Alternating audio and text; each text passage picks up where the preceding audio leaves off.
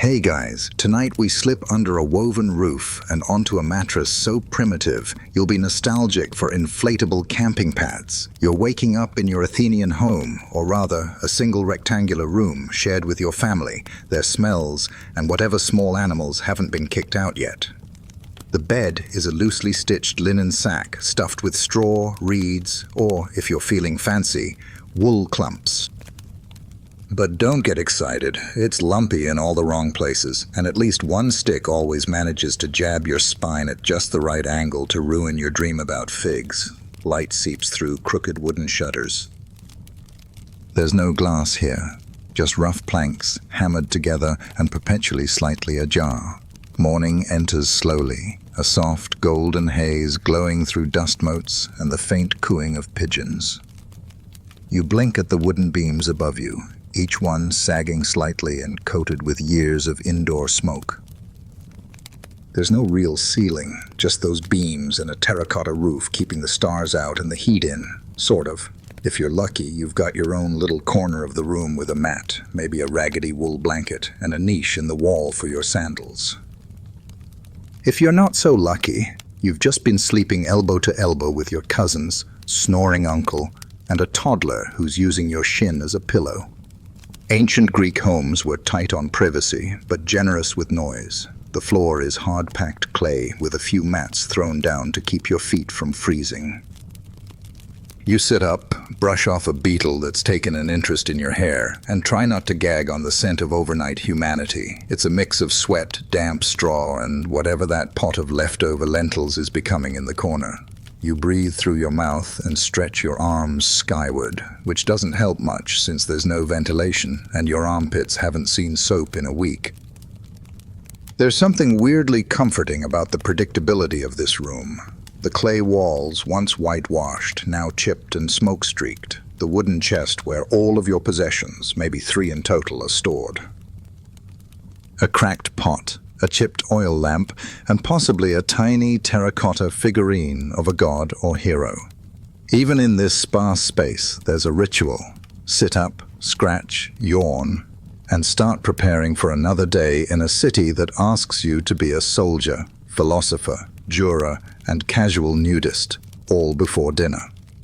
Historians still argue whether most citizens actually lived in such tight, single-room homes, or if wealthier Athenians had separate sleeping quarters. But for you, no marble courtyards, no private bedchambers. Just a flat mat, a shared room, and the satisfaction of knowing you'll do it all again tomorrow, if the rats don't chew through your pillow first. So before you get comfortable, take a moment to like the video and subscribe, but only if you genuinely enjoy what I do here. Drop a comment with your local time and where you're tuning in from. Now, dim the lights, maybe turn on a fan for that soft background hum, and let's ease into tonight's journey together. You haven't even stood up yet, but your eyes are already watering. That's not from emotion, though the thought of surviving today might deserve a few tears. It's from smoke. The house is thick with it. Because in ancient Greece, most homes don't have chimneys.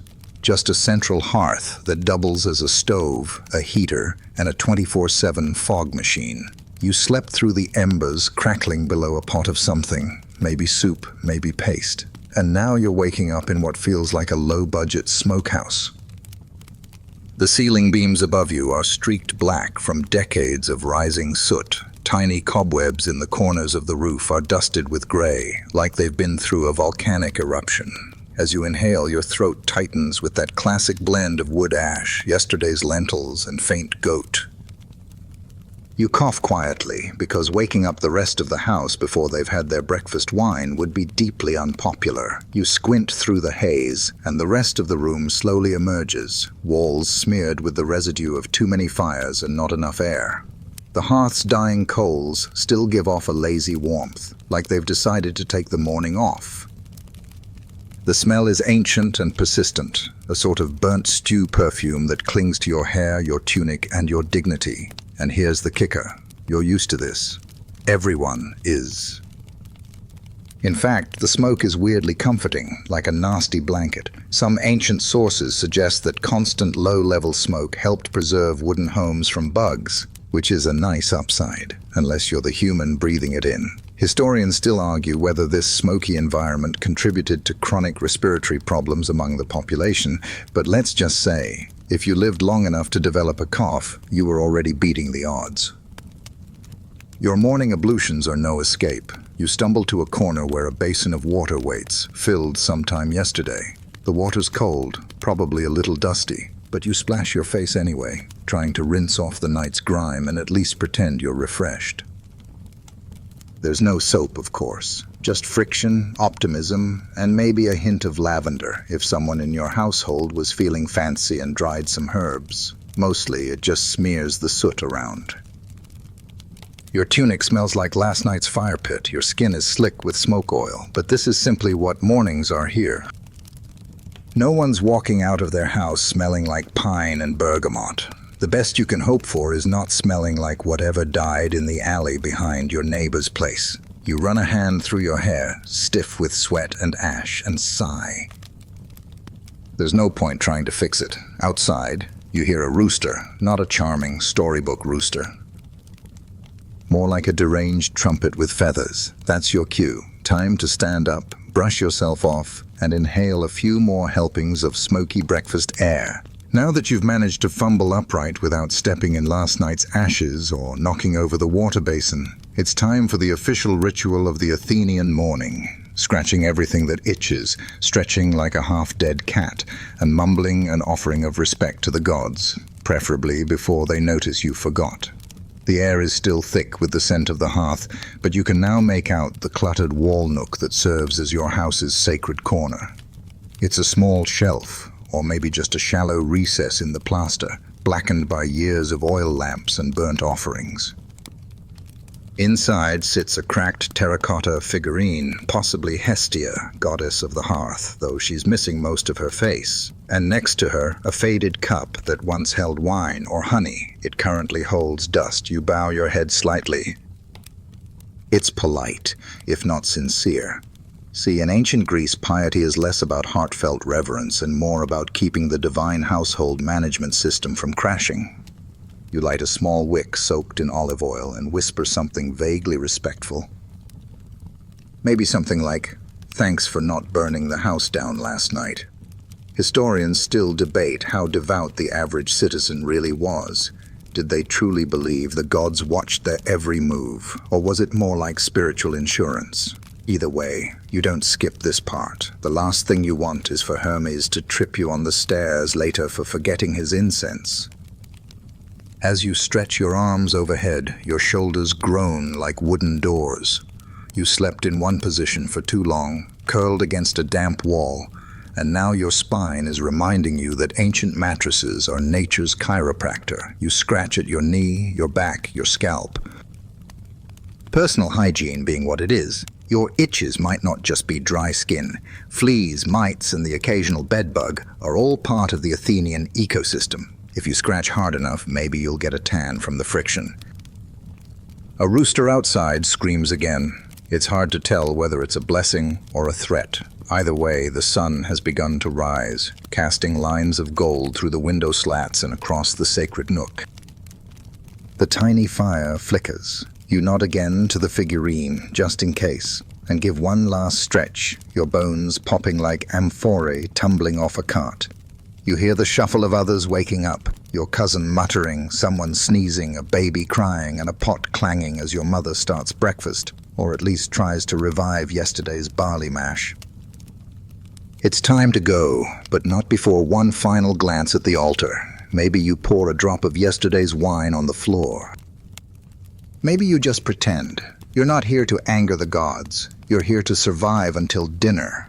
So now that you've honored the gods, scratched half your skin off, and tried to pretend the smoke in your lungs is aromatic, it's time for another essential part of the morning routine, relieving yourself. This is where ancient Greece really likes to test your willpower. There's no bathroom in your home. No toilet, no door to close, just a clay pot tucked in the corner of the room, a humble chamber pot that's seen things no pot should see. If you're lucky, it's empty. If you're not, well, someone forgot to dump it out last night, and now it's your job. There's no flushing, obviously. You carry the full pot through your house and out into the street, doing your best not to slosh. In Athens, early morning is prime dumping time. You step outside and join a parade of sleepy neighbors, each with their own chamber pot, all marching toward the same public drains. The nearest sewer trench is just a shallow ditch along the side of the road, covered in a fine crust of who knows what. You add your offering, give the pot a rinse with a jug of stale water, and trudge back inside. Congratulations, you've started your day with one of history's least glamorous chores. And you did it in full view of your neighbors, a few donkeys, and some very judgmental chickens. Back inside, there's still no concept of privacy. If you're hoping to brush your teeth or pluck your eyebrows in peace, forget it. Toothbrushes haven't been invented. You might chew on a stick or rinse your mouth with vinegar if you're feeling luxurious. Otherwise, it's a finger swipe and a prayer. You try to scrub your face clean again, but without soap. It's mostly just a wet pat-down. Hygiene is less of a habit and more of a wish. The concept of bathing exists, but daily baths are not part of the Athenian lifestyle. You'll go to the gymnasium later. Maybe visit a public bathhouse if you're particularly grimy. For now, everyone just agrees to ignore the smell. And believe me, there is smell. It's a communal understanding that no one really comments on it unless it becomes a diplomatic issue. Privacy is also a luxury you can't afford. Your home has no interior walls. Everyone sees everything. Changing your clothes means turning to face the corner and hoping the others are too distracted by their own routines to notice you wriggling out of your tunic. You've got no personal space, just a personal bubble constantly being popped by elbows, laundry, and wandering cats. Historians still argue whether families made some sort of effort to create modesty partitions with cloth or furniture. But in a room this small, the only real privacy comes from people being too tired to care. So you finish your splash and squat routine, pull your linen back into place, and exhale. Your body's ready. Your clothes are more or less on. The gods have been greeted, the pot's been dumped, and the city waits, sort of. You're out the door now, your tunic still wrinkled from sleep. And the air, though slightly fresher than indoors, carries its own assortment of urban aromas. Fish brine, goat droppings, and the vaguely sour tang of humanity that's been fermenting under the Mediterranean sun. You've got one task on your mind. Find water that doesn't make you violently regret your choices. Clean water in ancient Athens isn't impossible to find, but it's certainly not piped to your house. There are no faucets, no sinks, no boil advisory text alerts. Your closest bet is the neighborhood fountain house, which might be a few winding alleyways away. This is a communal space where water trickles continuously from a spout set into stone, fed by aqueduct or a public cistern if the gods are in a good mood. But before you even reach it, there's a line. Naturally. Everyone in your neighborhood had the same idea, and they're all here. Grandmothers with wide jugs, children sent out as punishment or practice, a man with one sandal who's clearly been waiting since yesterday.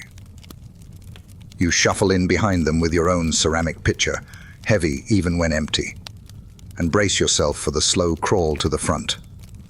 The water itself? Cold, a little cloudy, and tastes like minerals with just a hint of limestone. But if it doesn't smell like rotten eggs or shimmer with suspicious oil slicks, you're doing better than average. No one expects purity. They just hope for mostly safe.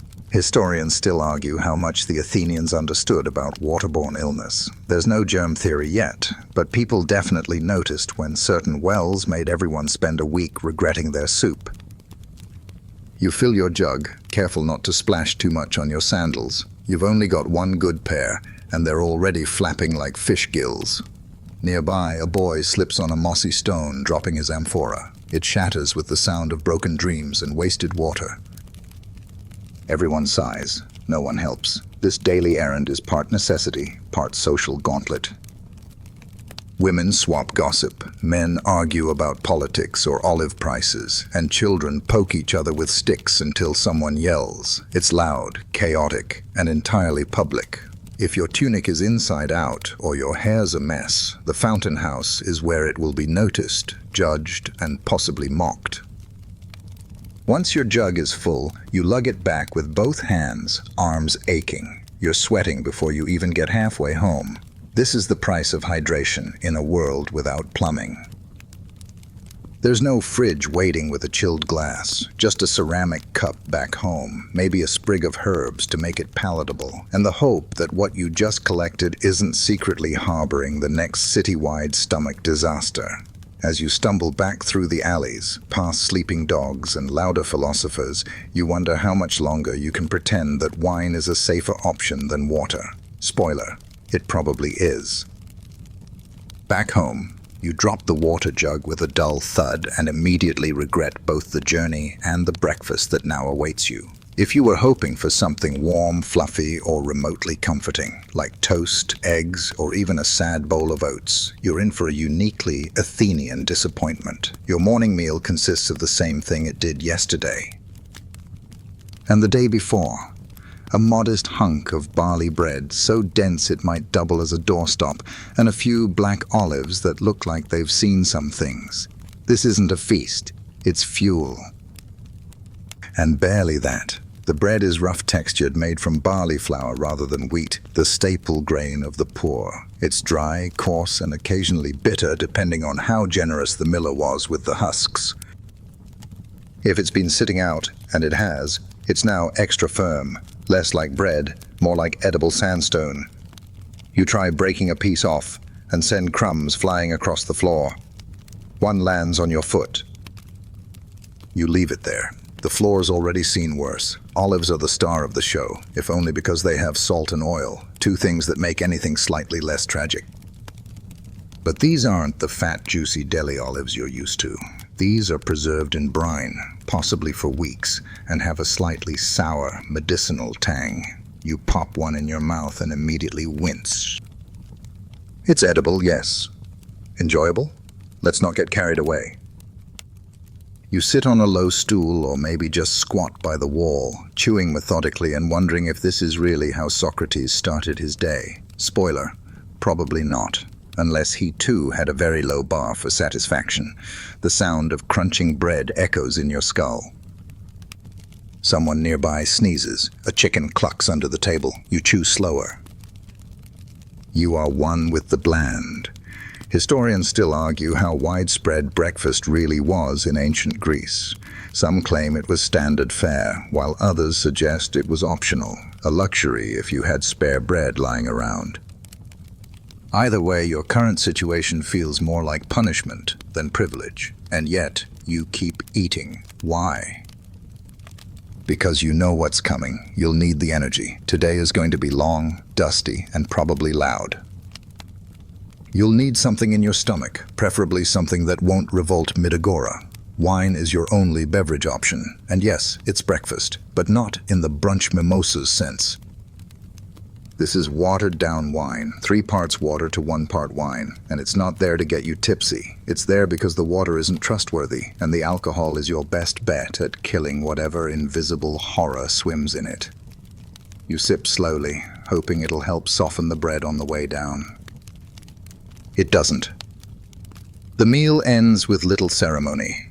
You wipe your fingers on your tunic, lick the last bit of olive oil from your thumb, and stare at the wall for a moment. This is what sustains an empire, apparently. Bread, olives, and an unspoken agreement to pretend it's fine. So you've choked down your ancient breakfast, a flavorless duet of brittle barley bread and briny olives. And now comes the logical next step. Wine. Yes, it's still early morning. Yes, this is entirely normal. And no, you're not about to get pleasantly buzzed before heading off to debate taxes or lift rocks at the gymnasium. This isn't about fun. This is about survival. You reach for the small ceramic cup next to your jug, known as a kylix, a wide, shallow thing that looks like it was designed by someone who hates physics. You pour in a measure of wine, and then you water it down. Heavily. Ancient Greeks didn't drink their wine straight. In fact, doing so was considered barbaric, literally. That's what those wild northern tribes did, and the Greeks weren't about to adopt the habits of people who still believed in wearing pants. The usual ratio is somewhere between 3:1 and 5:1 water to wine. Just enough fermented grape juice to make the water slightly safer and mildly more bearable. Not enough to make you forget you're about to spend the next 12 hours sweating under a Mediterranean sun. This is how hydration works in your world. There are no Brita filters, no glass bottles chilling in a fridge. The concept of clean drinking water is more of a hopeful suggestion than a guarantee, and since boiling everything is inconvenient, the ancient workaround is alcohol, not to party, just to not die of dysentery. The wine itself? It's not what you'd call a good vintage. Most Athenian wine is thick, cloudy, and stored in clay amphorae, sealed with resin, which adds a powerful piney aroma. That resin tang hits the back of your throat like a cough syrup made by a tree. You sip it anyway, and yes, your face scrunches a bit. It's an acquired taste, one you haven't yet acquired. Historians still debate whether the health benefits of diluted wine were fully understood, or if it was just tradition born of desperation. Either way, you trust it more than that dubious public fountain you visited earlier. At least you know what's in this cup. Mostly grapes, a bit of alcohol, and probably a smudge of yesterday's grime from the rim. As you drink, you watch your neighbors shuffle through their morning rituals. Some are already filling jugs for the midday meal. Others are arguing about fishing rights. One elderly man is performing a very slow stretch while muttering to Zeus. You nod politely and return to your cup. This isn't indulgence, it's practicality. Wine at breakfast isn't for the rich, it's for the cautious, for the people who know that the world is full of invisible stomach-twisting dangers and that a little fermented buffer might make the day slightly less deadly. You finish the last sip, set your cup down, and wipe your mouth with the back of your hand. Now you're hydrated, ancient style, slightly buzzed, vaguely bitter, and absolutely not ready for what's next. With breakfast finished and a thin layer of resin-tinted wine warming your stomach, you glance toward the family's food storage, if you can call it that. It's really just a corner of the main room cordoned off with some woven baskets, a few clay jars, and a hopeful attitude. There's no cupboard, no pantry, no cool, dry place. Everything sits in the open, exposed to heat, moisture, and the endless curiosity of ants, mice, and whatever crawled in last night. The main staple here is paksimadi, rock-hard barley rusks made to last, and they do, for months, possibly centuries. But longevity doesn't mean quality. These little bricks of baked grain are shelf-stable only because they're basically inedible without soaking. They sit stacked in a basket, vaguely dusty, and you make a mental note to try and rehydrate one later, if the bugs haven't claimed them first. Next to the barley basket is a large amphora filled with olive oil. It's your most precious kitchen item, second only to maybe salt. The problem is, amphorae don't come with lids, just a cloth or wax seal that might or might not have held up in last night's humidity. You peek inside and see a few floating specks, hopefully not anything with legs. You grab a thin stick and give it a swirl. The oil is still usable. You think. Nearby, a jar of dried figs perches on a shelf, or more accurately, balances precariously on a warped plank of wood hammered into the wall. The figs are shriveled and dark, resembling tiny, ancient scrolls. You pop one into your mouth, chewing around the gritty texture of a stray seed or possibly a beetle leg. Hard to tell. You crunch through it anyway. Waste not, want not. And then there's the grain jar. It was once sealed with cloth and tied tight, but at some point the mice found it. You lift the cover to reveal telltale signs, tiny bite marks, scattered husks, and a few pellets you definitely don't want to talk about. You sigh. Mice are regular guests in Athenian homes. Cats help, but they're not pets in the modern sense. They come and go, demanding nothing and offering little beyond the occasional mangled rat as tribute. Historians still argue about the extent to which food contamination affected daily life. Some claim families took meticulous care with herbs and vinegar to preserve freshness. Others suggest people just got used to the taste of a little off. Either way, your options are limited. Eat it, clean around it, or go hungry. Of course, refrigeration is not a thing. Preservation relies on drying, salting, or sealing in oil. Leftovers are rare, and spoilage is frequent. You remember last week's experiment with storing goat cheese in a damp pot. Let's just say it ended in odor and tears. So you gather what seems edible, avoid what twitches, and promise yourself a better lunch, knowing full well that lunch will be more of the same, only warmer, probably with a fly or two for garnish. You step outside again, belly half full of ancient carbohydrates and slightly buzzed breakfast wine, when a cold realization hits you like a dropped amphora. You forgot to properly honor the gods this morning. Sure, you mumbled something vague at Hestia's smoke-stained figurine, but was it enough? Were the words right? Did you bow too fast, too slow? Did you forget an offering? And more importantly, did they notice? In ancient Greece, the gods aren't just spiritual ideas or figures in books. They're active participants in daily life. You trip on a stone. Clearly you annoyed Hermes. Your neighbor's goat gets sick. Someone definitely forgot to burn incense for Apollo. There's no divine distance here, just a tightly woven web of expectations, superstitions, and constant low-grade anxiety that the immortals might be watching your every move with the emotional maturity of reality TV judges. Today, you're feeling exposed. The gods are always near, but they're not necessarily kind. Zeus could strike you down for hubris, Hera might curse your future relationships, and Dionysus, well, who even knows with that guy? You consider turning back inside to throw a quick libation at the altar, but you're already halfway to the agora and late for your civic duty. Plus, spilling wine in public looks wasteful and suspicious. There's a temple up ahead, perched on a hill, gleaming in the sunlight with its marble columns and statues that are somehow both inspiring and smug. People are gathered around the steps, murmuring prayers, tying bits of cloth to the railings, and offering baskets of figs or jars of honey. You envy them. They're covering their bases. You? You're just hoping that your olive oil didn't come from a cursed grove. You glance skyward. No thunderclouds yet. That's good. But as you pass a broken cartwheel in the road, you stumble slightly. You freeze. Was that a warning, a divine tap on the shoulder? You mutter something apologetic to no one in particular, just in case. Historians still debate how literally the average Athenian believed in the gods. Were they actual beings with agendas, or symbols of nature and fate?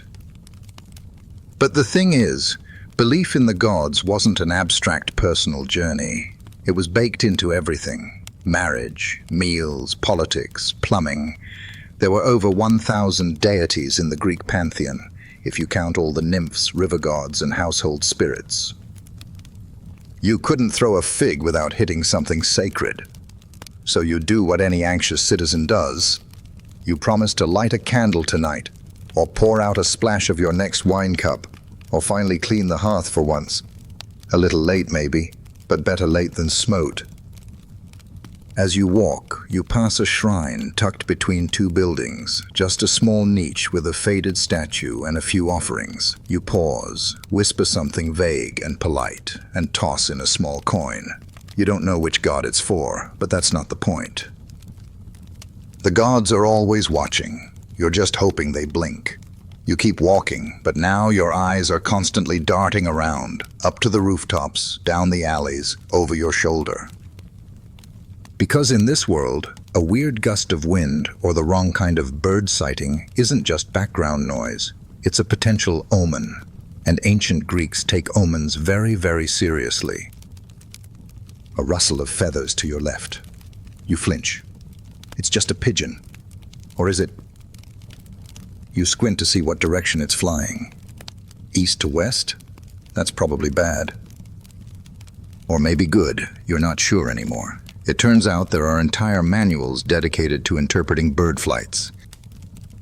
Augury, the fine art of reading the will of the gods based on feathered trajectories, is a respected and very confusing science. You were never great at it, but you know one rule. If a bird poops on you, that's definitely not a blessing.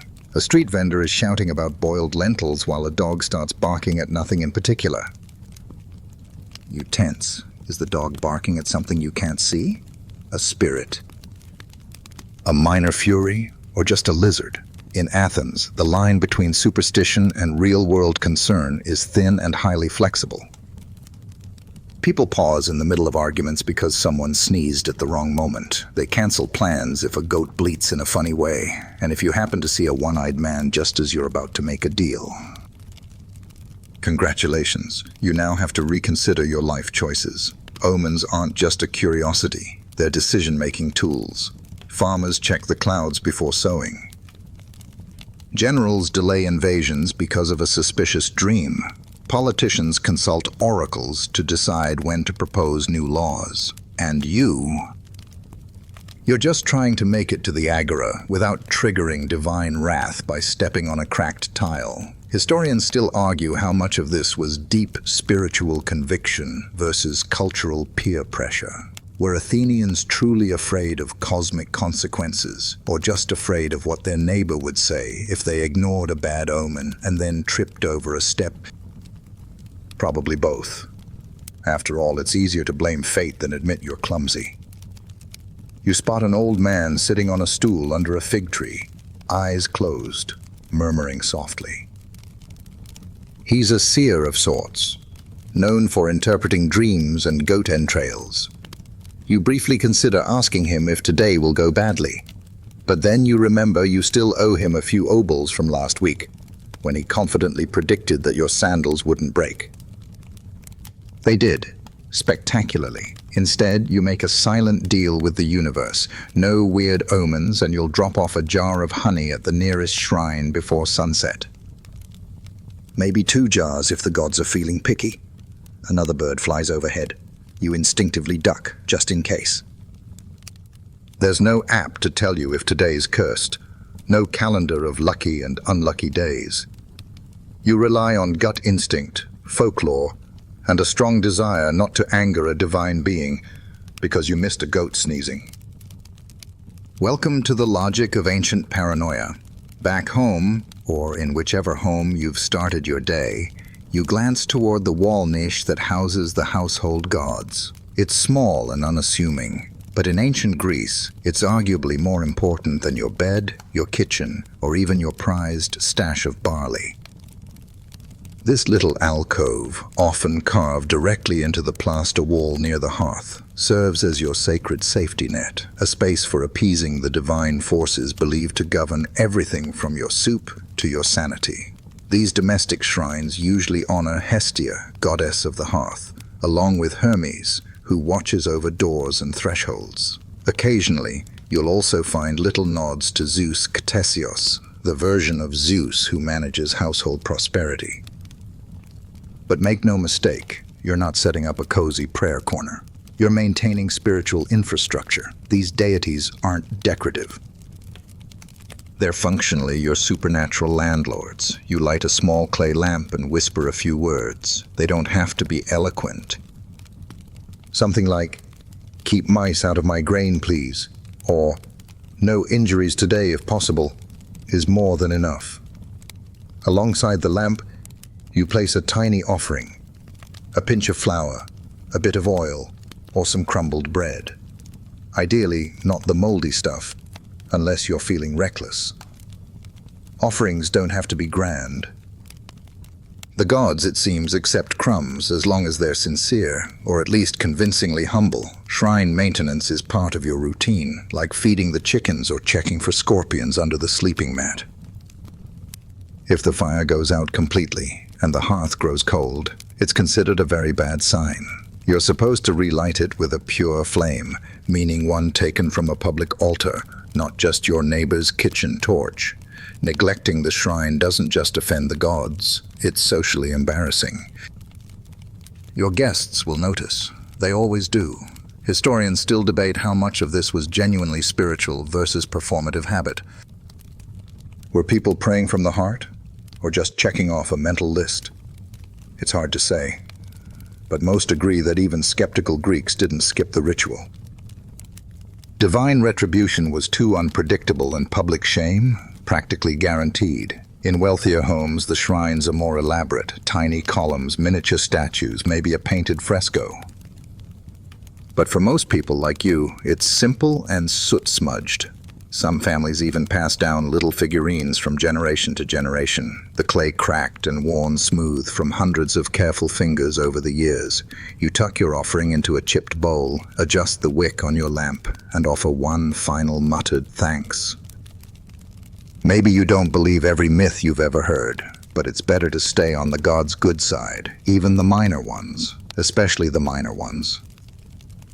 They tend to have more free time for petty revenge.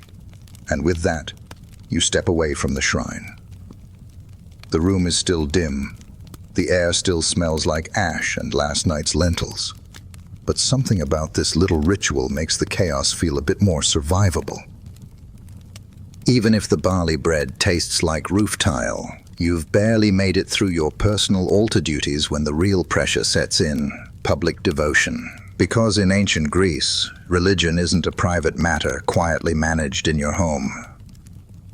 It's a community spectacle, a civic responsibility, and frankly, a bit of a popularity contest. Every neighborhood, every city, every month has a calendar thick with religious festivals, temple rituals, and mandatory animal sacrifices.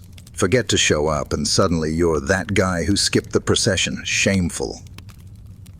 Today happens to be one of those sacred days, the kind when the entire city seems to shift toward one purpose: appeasing the gods in public, with witnesses, and ideally with flair. Your friend passes you on the road wearing a laurel crown and carrying what looks suspiciously like a very nervous rooster.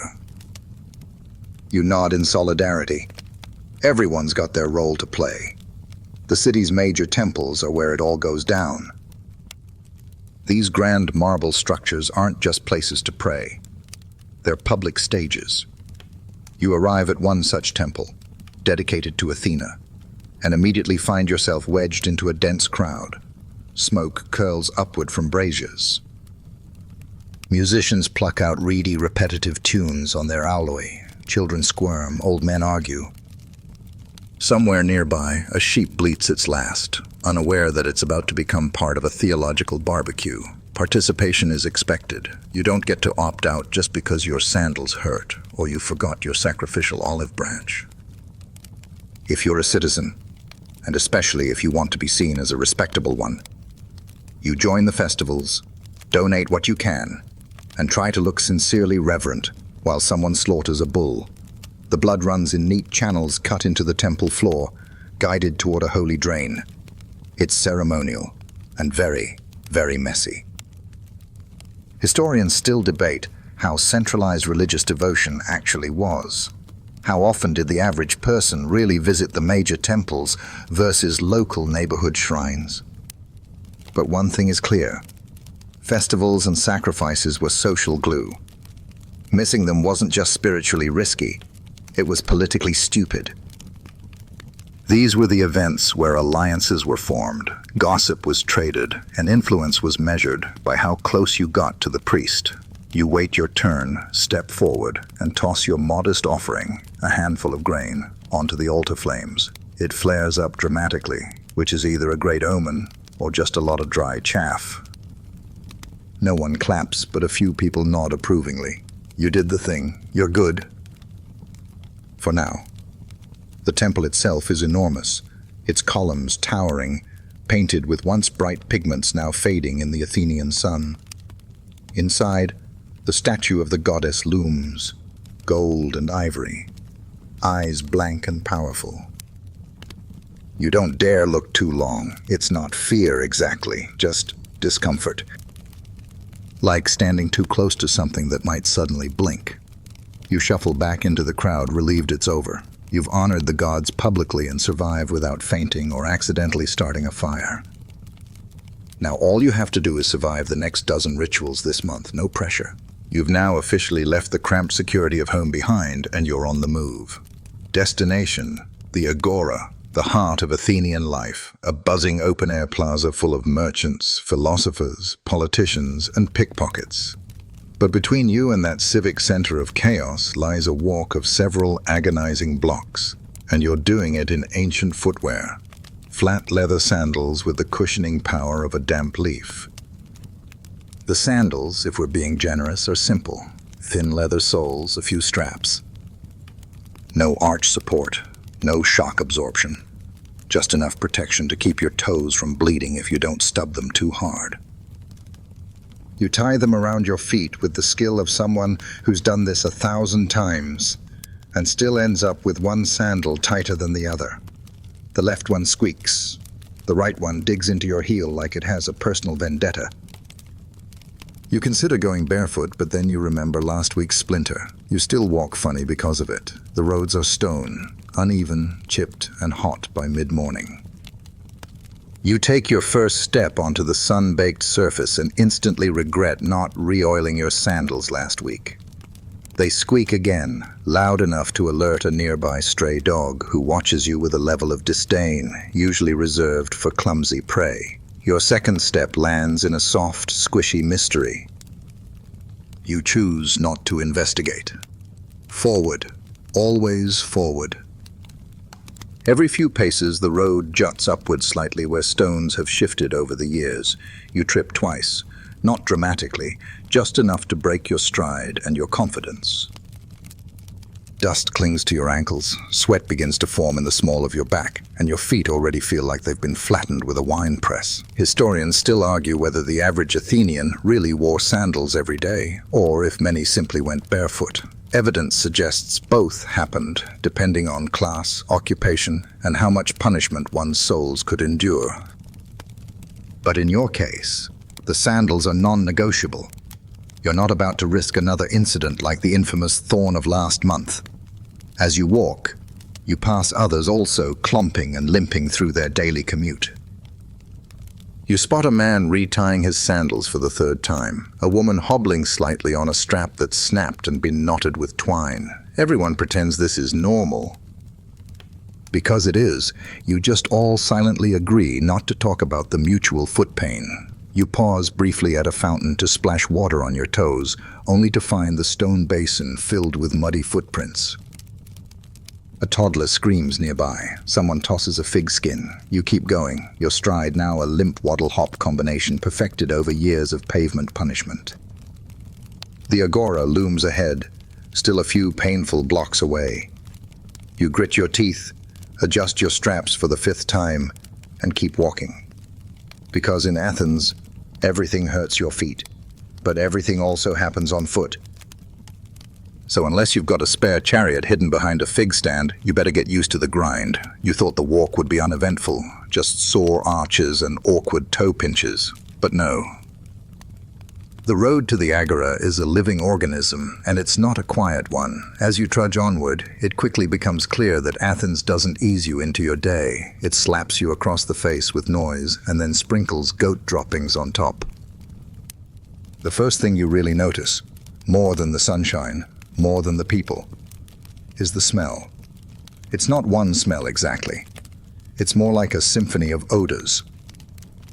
An ever-changing blend of animal sweat, smoke, sour wine, warm olives, fresh bread, garbage, sea salt, something dead, and something worse. You pass by a fish stall just opening for the day, and the air shifts sharply into a briny slap of yesterday's squid guts. You hold your breath until you've passed the scent radius, then gasp a lungful of horse manure and regret all your choices. A woman nearby is yelling, something about stolen eggs, or maybe lentils. It's hard to tell over the market crier who's announcing today's grape prices as if they were military orders. Somewhere in the distance a baby wails, a dog howls. Someone laughs loudly and then coughs louder. Every sound in this city overlaps like a badly tuned orchestra, but somehow it works. Kind of. Children dart between your legs, weaving around carts and mules, shouting games you don't recognize. A man pushes past you carrying an enormous amphora on one shoulder, trailing sweat and curses in his wake. You sidestep just in time to avoid colliding with a produce vendor, angrily shaking a leek at a customer who apparently touched without buying. You silently vow never to provoke anyone holding a vegetable with that much intensity. The street itself seems to vibrate. Stalls creak open, shutters bang against plaster walls, birds argue in the rafters, and wheels thump over uneven flagstones. A lyre player sits under an awning, plucking out a melancholy tune that somehow competes with the hammering of a nearby potter shaping wet clay, with a rhythm that can only be described as aggressive. Historians still debate just how noisy Athens actually was, but even conservative estimates suggest a daily soundscape that would make a subway station feel tranquil. Ancient cities had no insulation, no traffic laws, and no off switch. And Athens, being a political and cultural hub, was particularly prone to sudden outbursts, debates that escalated, protests that spilled over, and the occasional spontaneous comedy performance on a random corner. You breathe through your mouth and keep walking.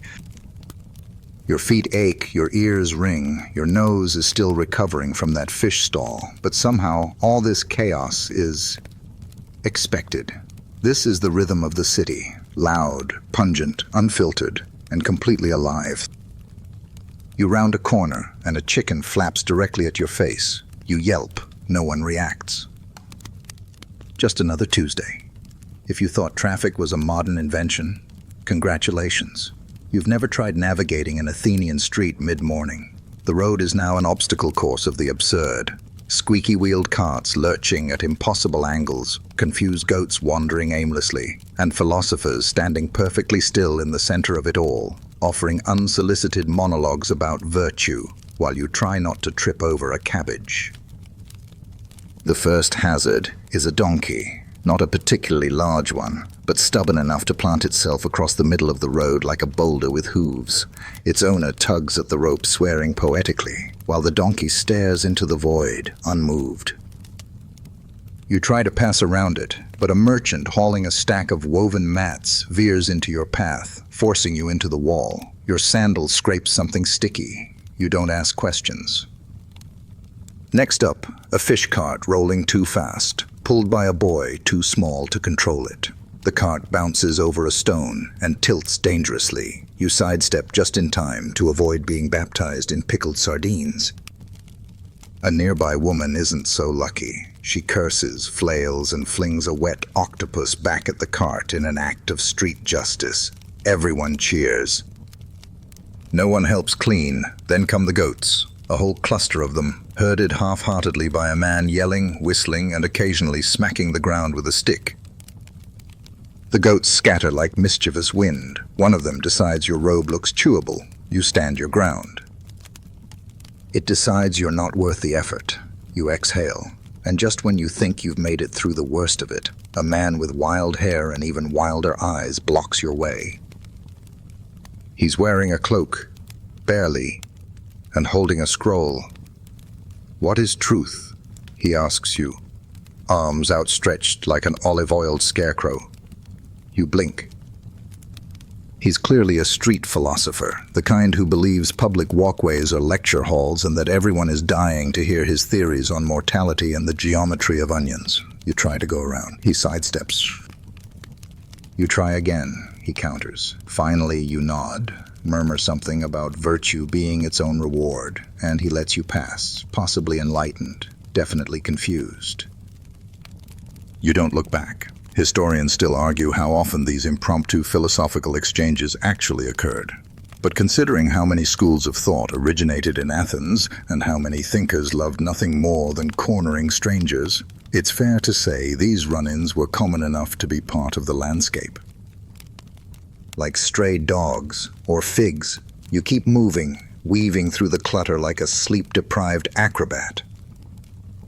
A fruit stand, a clothesline, a random child holding a turtle. It's exhausting, it's overwhelming, it's somehow both sacred and ridiculous. And you're not even at the agora yet. At this point, you're sweating in places you didn't know could sweat. Your feet are barking, and you've dodged more carts than a marathon runner in a chariot chase. But hey, at least you've survived the philosophers. So far, You've limped, dodged, sidestepped, and sweet-talked your way through the chaos of Athenian streets, and at long last, you reach the famed Agora. This is it. The center of it all, the beating civic heart of ancient Athens. A sprawling plaza surrounded by stoas, temples, booths, shouting men, and smells that could probably be described as philosophically challenging. You exhale, take a step forward, and almost immediately regret every life choice that's led you here.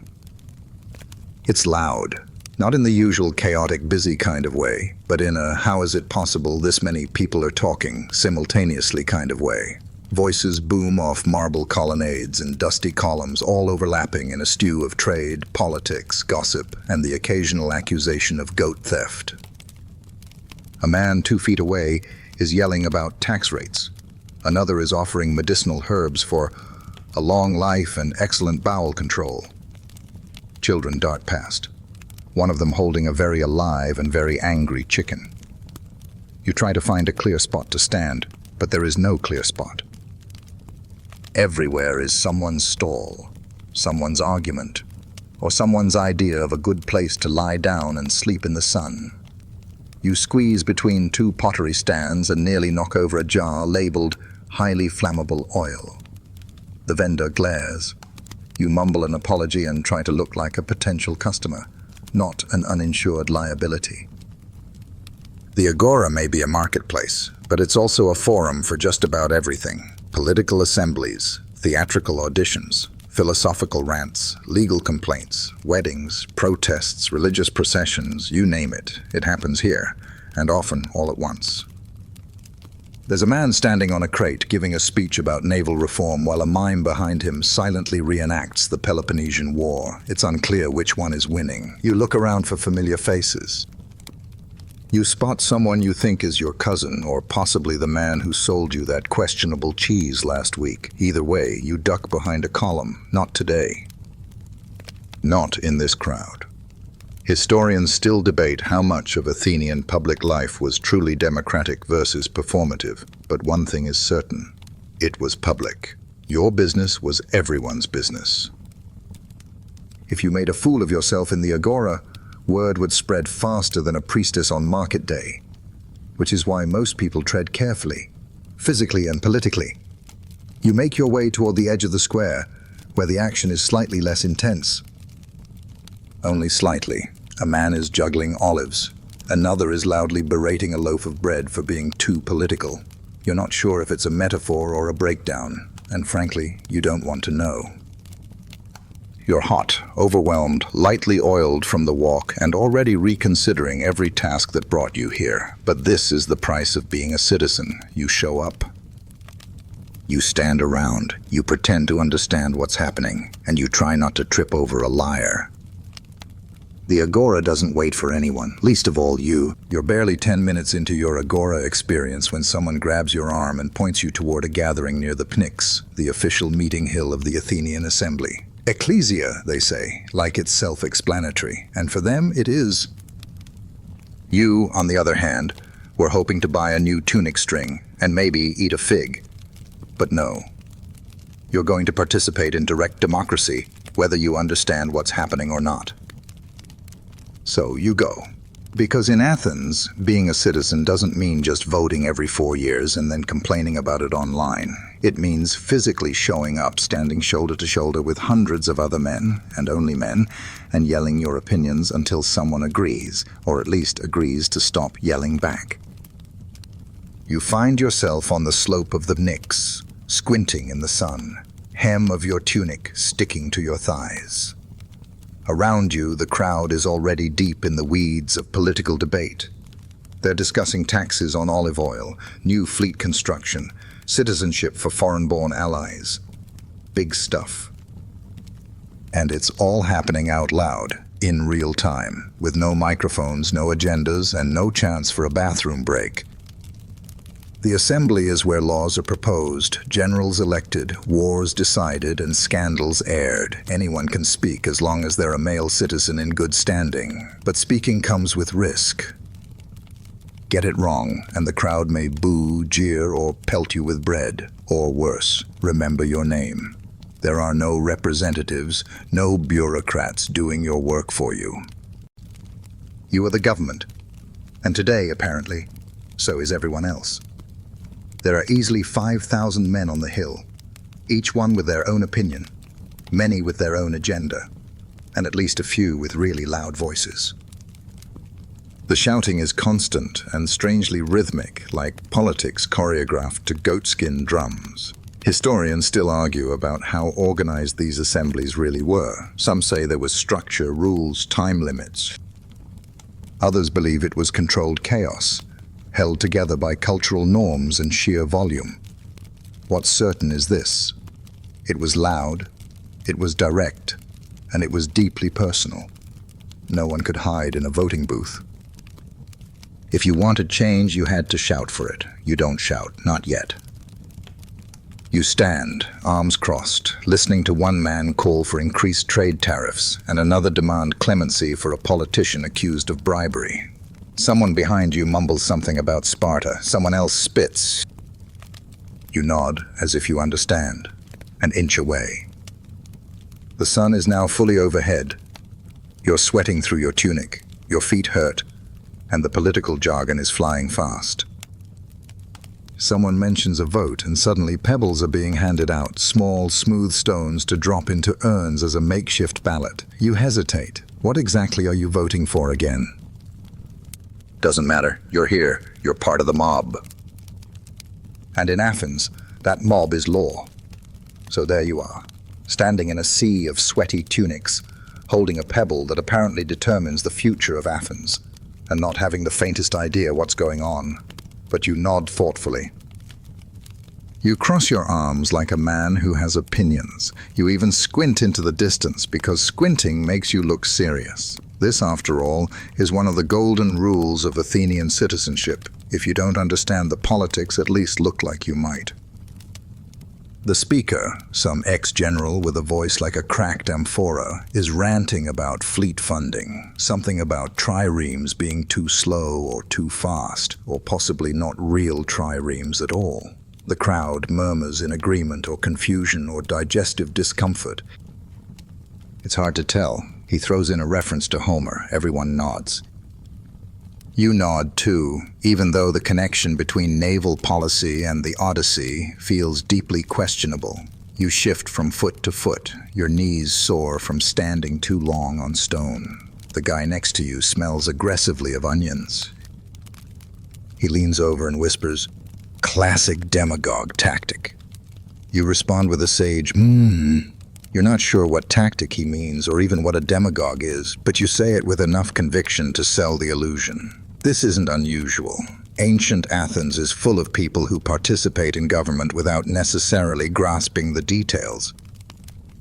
Historians still debate how politically literate the average Athenian citizen really was. While many were educated in rhetoric and philosophy, just as many were farmers, craftsmen, or veterans who learned public policy on the fly, between fig harvests and family drama. You glance around at the other faces. Some are nodding too quickly. Others have the glazed look of people who tuned out 10 minutes ago but are committed to the bit. A few are clearly asleep, which isn't frowned upon unless you snore too loudly during a vote. Everyone is performing civic virtue, and no one wants to be the first to admit they don't know which urn their pebble is supposed to go into. Then the next speaker steps up, younger, sharper. He raises his hands and begins a passionate plea for limiting military spending.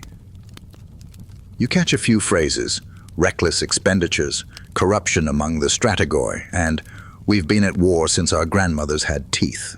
The crowd responds, some clapping, others booing. You pretend to agree with both. This speaker is followed by a dramatic pause, and then the presiding official calls for a vote. 2 urns are brought forward, one marked for yes, one for no. You look around one last time, watch which way the majority is drifting, and casually drop your pebble where it seems safest. You might have just supported or opposed a war, who knows? But that's part of the magic. In ancient Athens, citizenship isn't about knowing everything. It's about showing up, participating loudly, and mastering the subtle art of public pretending. You've cast your vote. a smooth pebble, casually dropped into one of two ceramic jars, and you're pretty sure it was the right urn. Not that you fully grasp the measure being debated. Something about grain taxes. Or naval budgets? Either way, the urn didn't explode when your pebble went in, so you count it as a win. Voting in ancient Athens isn't a private affair. There's no secret ballot tucked into a booth, no hushed individual moment of conscience. Nope, you vote in public, with everyone watching. That pebble drop? It's seen. Maybe not by the entire crowd, but certainly by the guy standing behind you who's already eyeing your choice with suspicion. There's a reason people in Athens wear togas of metaphorical armor, because peer pressure is as thick as olive oil and twice as slippery. The voting system itself is charming in its simplicity. One jar for yes, one for no. Sometimes a third for I'm confused but don't want to admit it. Voters are handed identical pebbles, and the jars are sometimes placed behind screens, but not always. And if you linger too long before choosing, people assume you're up to something. Democracy in action, but with a mild threat of social humiliation. A man beside you proudly declares his vote for a new tax on luxury sandals. It's about civic responsibility, he says, adjusting his clearly expensive footwear. You nod, even though your own sandals are hanging on by a thread, and the idea of them costing more feels like divine mockery. Nearby, a group of older men argue over a recent proposal to exile a local poet for spreading dangerous ideas. You realize this isn't just hypothetical. Ostracism is real here, legal and ritualized. If enough people vote to banish someone for 10 years, they're gone. No trial. No appeal. Just pack your things and start walking. The vote is cast with broken pottery shards called ostraka, and names are scratched on them like a cruel ancient version of office gossip. Historians still argue whether these votes truly represented the will of the people or just the loudest voices in the room. But for now, standing in the crowd, feeling the eyes and opinions swirling around you, it's easy to see how a person could be nudged, politely or not, into voting with the herd. You think back to earlier, when someone handed you a pebble with a wink. Were they just friendly, or did they expect you to vote their way? Too late now. Your pebble's in the jar, your fate is sealed, or at least your social standing at the next symposium depends on how persuasive you pretended to be. The jars are collected, pebbles counted, and results announced with great ceremony and not much clarity. People cheer or groan, mostly based on whether their friends won. You shrug. Your civic duty is technically complete. You've participated in democracy. You've cast a pebble into history. And now maybe you can get that fig. Just when you think you've successfully blended into the civic crowd, your vote cast, your eyebrows furrowed in just the right serious citizen angle, you hear it. That unmistakable tone of voice that signals someone nearby is about to question reality itself. It's slow, precise, smugly curious. A man in a cloak steps forward and says, "Tell me, friend, what is justice?" You freeze. Not because you know the answer, but because you know you're now the target of a Socratic ambush.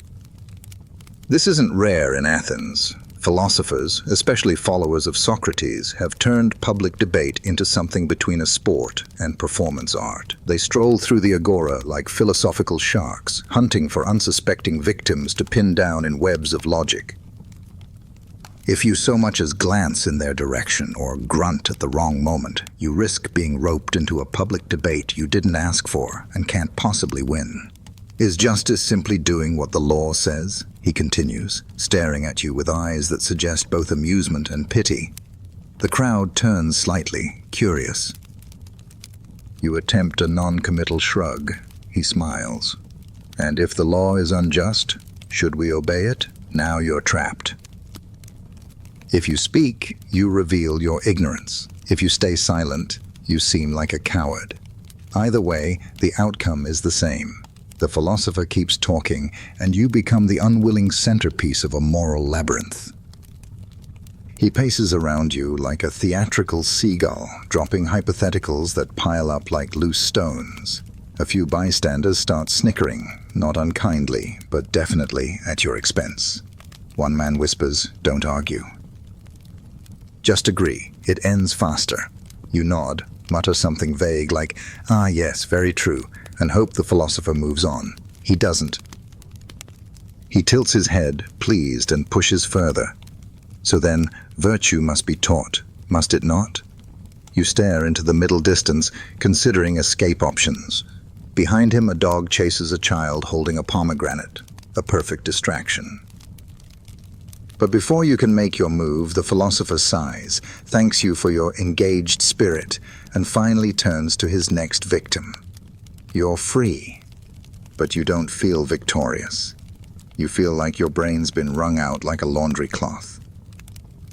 Historians still debate how many citizens actually engaged with these philosophers versus how many just tried to avoid them. But the fact remains, public philosophy in Athens is more than just intellectual entertainment.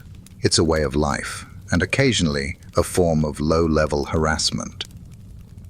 You stumble away from the gathering, red-faced, limbs heavy, and ego slightly bruised. Some poor soul is already being looped into a new argument about whether courage can exist without fear. You mutter a quiet thanks to the gods that it's not your problem anymore. But the agora never forgets. Your neighbor saw the whole thing. So did the olive vendor. And next week, when you're trying to buy eggs, someone will definitely say, "Hey, it's the guy who couldn't define justice." In Athens, shame is as public as politics. You've limped away from the agora, still smarting from philosophical crossfire and the emotional weight of participating in democracy without fully knowing why. Your stomach growls, but lunch is still a while off, and besides, there's a more immediate cultural obligation staring you in the face. Exercise, welcome to the gymnasium. Not a gym in the modern sense, but a whole sacred social athletic combo facility where men sweat, oil themselves up, discuss Homer, and try not to dislocate a shoulder in the name of virtue. You step through a shaded colonnade into the complex, greeted by the soft slap of bare feet on sand and the musky bouquet of masculinity, sun, and effort. The space is wide and open, surrounded by columns, with various training zones marked by nothing more than the dents in the dirt. Young men stretch, older men stretch their excuses. Everyone is in various states of undress, and yes, you're expected to join. Because in Athens, gymnasiums are not only for fitness, they're for civic grooming. A healthy body reflects a healthy city. You strip down, not fully, not yet. You move with caution toward a quiet corner, trying to read the room. Some are wrestling. Some are running laps around the perimeter, their thighs flashing like they've been sculpted by divine chisels. Others are chatting while doing light stretches, their voices echoing under the stone ceiling like confident dolphins in a sea of arrogance. Your feet dig into the warm sand as you prepare to join. But wait. There's a ritual. You must oil up first. From a side table, you grab a small clay flask of olive oil kept for communal use, red, slightly sticky, and questionably clean. You drizzle it over your arms, legs, and chest, rubbing it in with the enthusiasm of a man rubbing regrets into his pores. Olive oil, in this context, is not for moisture or scent. It's to prepare the skin, reduce friction in grappling, and, let's be honest, look extra shiny while pretending not to flex. Historians still discuss the full scope of the gymnasium's purpose. Yes, it trained warriors, but it also served as a sort of civic classroom. This is where young men learn to speak eloquently, compete with honor, and pose dramatically under fig trees while contemplating ethics. You see a group near the center tossing a discus, each throw accompanied by an approving grunt. Another group spars lightly with wooden staves. In the corner, an elderly instructor gestures with sweeping arms, lecturing on the importance of symmetry in both muscles and morality. You stretch cautiously, already aware of your own mediocrity. You didn't come here to impress. You came here because in Athens, not showing up to the gym is suspicious. You'll be judged, not just as a lazy citizen, but as someone who's neglecting the ideal harmony of mind and body. You flex your bicep quietly. It responds faintly. Someone claps you on the back. Wrestle? They ask. You laugh nervously and point at your injured shoulder. You might be oiled, but you're not ready. Not yet. You were hoping to ease into this whole gymnasium business with some light stretching and discreet sweating. But Athens has other ideas, because as you quickly realize, gymnasium literally means place to be naked. And the citizens here take that extremely literally. So yes, it's time to join the ranks of the unclothed and slippery. You glance around. Everywhere, men of all ages, young athletes with glistening muscles, old philosophers with less than glorious paunches are completely nude, save for the occasional leather thong, kynodesmy, used to prevent unwanted flopping. It's a mix of confidence, tradition, and zero shame.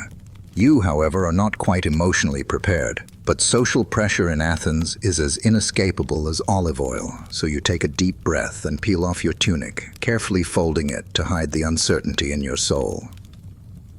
The nudity is more functional than flashy. Clothing just gets in the way when wrestling or running or flinging metal discs across the courtyard. And besides, in the Athenian worldview, physical beauty isn't something to hide, it's something to cultivate, like a well-tended vineyard. A naked body in motion is practically a civic offering. Of course, before any serious activity begins, there's more oil. One of the attendants, called paedotribes, wanders by with a jug and asks if you need help applying it. You politely decline and pretend your current gloss is sufficient. In truth, your limbs already feel like a breadstick dipped in olive tapenade. Still, you rub in another layer because dry skin is the ancient equivalent of being a social outcast. You shuffle toward the running track where a group of men are engaged in dromos, sprinting laps barefoot over compacted dirt. A whistle blows. They launch forward like statues come to life, muscles tensing, dust rising. You try a jog. The ground is hot. Your feet slap awkwardly, and your thighs make unfortunate sounds with each step. You make it halfway around before bowing out with a theatrical stretch and muttering something about conserving strength. Nearby, a group prepares for wrestling, pale as it's called. They circle each other like cautious cats, slicked with oil and ready to throw down. No mats, no referees. Just strength, balance, and the hope that you don't end up face first in the dirt.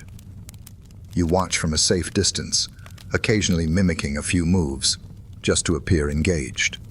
Historians still debate whether the gymnasium was more about athletic training or social grooming. But it's clear that here, body and mind are trained in tandem. You're expected not just to look good while glistening in the sun, but also to engage in intelligent conversation while doing it. You hear two men casually arguing about Sophocles mid-wrestle. One throws the other to the ground and then quotes a tragic chorus while offering a hand up. You're not there yet. For now, you smile politely, rub another layer of oil onto your already over-lubricated shoulder, and try not to slip while adjusting your posture. Gym life, Athenian edition, 70% olive oil, 20% exposed buttocks, 10% existential discomfort. So there you are, half oiled, half confident, and wholly unprepared, standing near the wrestling pit, watching a group of men gracefully toss each other into the dirt, like it's a form of interpretive dance with bruises. They're not just brawling, this is pale, the classical art of Athenian wrestling. It's one of the few things in the gymnasium that's taken seriously. And if you're a proper citizen, at some point, you're expected to give it a go. A friend pats you on the shoulder, leaving an oily handprint you'll be wearing for the rest of the day. "Your turn," he says, far too cheerfully. You laugh. He doesn't. Another man, about your height but built like a particularly smug column, steps into the ring, nodding at you like you're both in on a joke. You're not. He probably eats discus for breakfast. You toe the edge of the sandy ring, try to remember if anyone's explained the rules to you. There are some basics. No biting, no gouging eyes, no striking. This isn't pankration, the more violent cousin of wrestling. Pale is about technique, balance, and cunning, of which you currently possess none. The match begins with a clap. Your opponent lunges, you yelp and sidestep. For a glorious moment it seems you've outmaneuvered him. Then he turns, grabs your waist, and gently but firmly repositions you onto the ground, face first. With the ease of someone rearranging furniture, sand gets in your mouth. You sit up, sputtering. The crowd chuckles, not maliciously but warmly. This is a rite of passage after all. Everyone eats dirt their first time. You stand, brush yourself off, and reapply oil, always more oil, and square up again. This time, you try something clever. You lunge low, aiming for his knees. You actually manage to knock him slightly off balance. For half a second, the world cheers for your success. Then he pivots and plants you onto your back with a thud that echoes in your molars. Historians still discuss how these gymnasium sports trained Athenians for warfare. Wrestling, in particular, was valued for teaching leverage, discipline, and courage under pressure, which, in your case, currently means trying not to cry in front of a bunch of oiled-up strangers. But you roll back onto your feet and nod. You're still in this. The third attempt is better. You hold your own for a full minute. You dodge, you spin. You even accidentally trip your opponent. The crowd claps. You beam until you slip on a patch of olive oil and fall again. Straight onto your backside, your match ends. Your pride is dented but not destroyed. You've survived the ring, sort of. Your opponent pats your shoulder, compliments your enthusiasm, and offers you a sip of water. You take it gratefully, realizing you've just passed one of Athens's many informal tests of manhood. You've wrestled, you've flailed, you've eaten sand. And now you'll walk it off like the champion of mediocrity you are. Wrestling has left you covered in sand, sweat, and just enough bruised pride to qualify as a respectable Athenian citizen. But before you can head home or even think about lunch, you need to clean up. Not because anyone expects you to smell like roses, but because walking around coated in olive oil and dust will earn you strange looks and possibly a visit from a concerned neighbor wielding a wet cloth. Here's the thing. Ancient Greek grooming isn't exactly glamorous. There's no soap, no scented shower gel, definitely no shampoo. The standard method of bathing after physical exertion involves scraping, not washing. You shuffle over to a basin, grab a strigil, and prepare for what's essentially a full-body squeegee. A strigil is a curved bronze tool, shaped like the letter J, used to scrape oil, sweat, and dirt off the skin. It's not sharp, but it doesn't need to be. You drag it slowly across your arm, watching as a grimy mixture of sand, oil, and dead skin curls away like uncooked lasagna noodles. It's deeply satisfying and mildly disturbing. You repeat the motion down your chest, your legs, your back with some difficulty until your skin glistens with cleanliness, or at least less grime than before. There's a communal water basin nearby for rinsing. You splash your face, careful not to get the water in your eyes. It's been reused by at least 3 other people already. Then you grab a rough cloth, more rag than towel, and pat yourself dry. Kind of. The humidity does most of the work. You're not exactly fresh, but you're less offensive to the senses than you were 10 minutes ago. Hair care is minimalist. You don't wash it so much as comb it with a dull wooden tool. There's no conditioner, no shampoo. If you're rich, you might have access to perfumed oil or myrrh resin to rub on the scalp. If you're not, and let's be honest, you're not, then olive oil will have to do. You rub a bit through your hair, both to tame the frizz and to make it seem like you meant to look this windswept. Shaving is optional, but highly encouraged among fashionable men. Most use a bronze razor, more of a blade really, and a steady hand. You skip it. You're not ready to risk facial scarring just for the chance to look like an extra from a Sophocles play. Historians still debate how often Athenians engaged in full grooming rituals. Some argue it was a daily habit tied to civic pride, while others suggest it was more occasional, tied to gymnasium visits and formal dinners. Either way, cleanliness in Athens is about visibility. You don't need to be spotless. You just need to look like you made an effort. You wrap yourself in your tunic again, slick and slightly glowing from the remaining oil. Your hair is matted into something resembling style. You've scraped, rinsed, and survived. And now, blessedly, it might finally be time to eat. You've been up for hours. You've walked half the city, survived philosophical assault, wrestled a man who smelled like time and victory, and scrubbed yourself with a glorified bronze spoon. Naturally, you're starving. So when the sun climbs high and the market buzz fades into a soft hum of siesta-like lull, you know it's finally time. The midday meal. Don't get excited. The Greek word for lunch, ariston, sounds noble, but what's actually on offer would make a Spartan weep. The midday meal is practical, plain, and portioned like you're trying to win a famine. This isn't a feast. This is edible fuel. You sit cross-legged in the shade, maybe under a fig tree or on a low step, and begin unwrapping your bundle. A chunk of barley bread, again, a handful of olives, still briny, and maybe, just maybe, a slice of goat cheese, assuming someone in your household was in a generous mood or the market didn't sell out before you got there. You take a bite of the bread. It's slightly softer than this morning's version, having soaked in a bit of condensation from its linen wrapping. You chew slowly, hoping your saliva is feeling cooperative today. It's dry, crumbly, and vaguely reminiscent of tree bark, but your body doesn't care.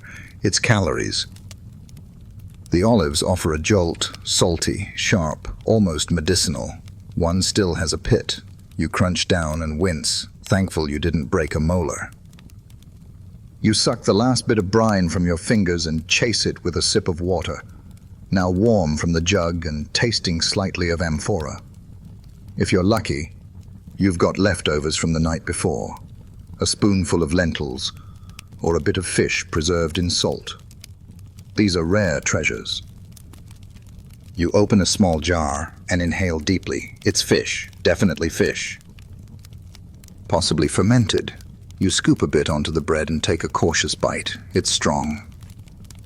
Bold, even. A flavor that insists on its own importance. You blink. Then you eat more. Hunger is an excellent seasoning.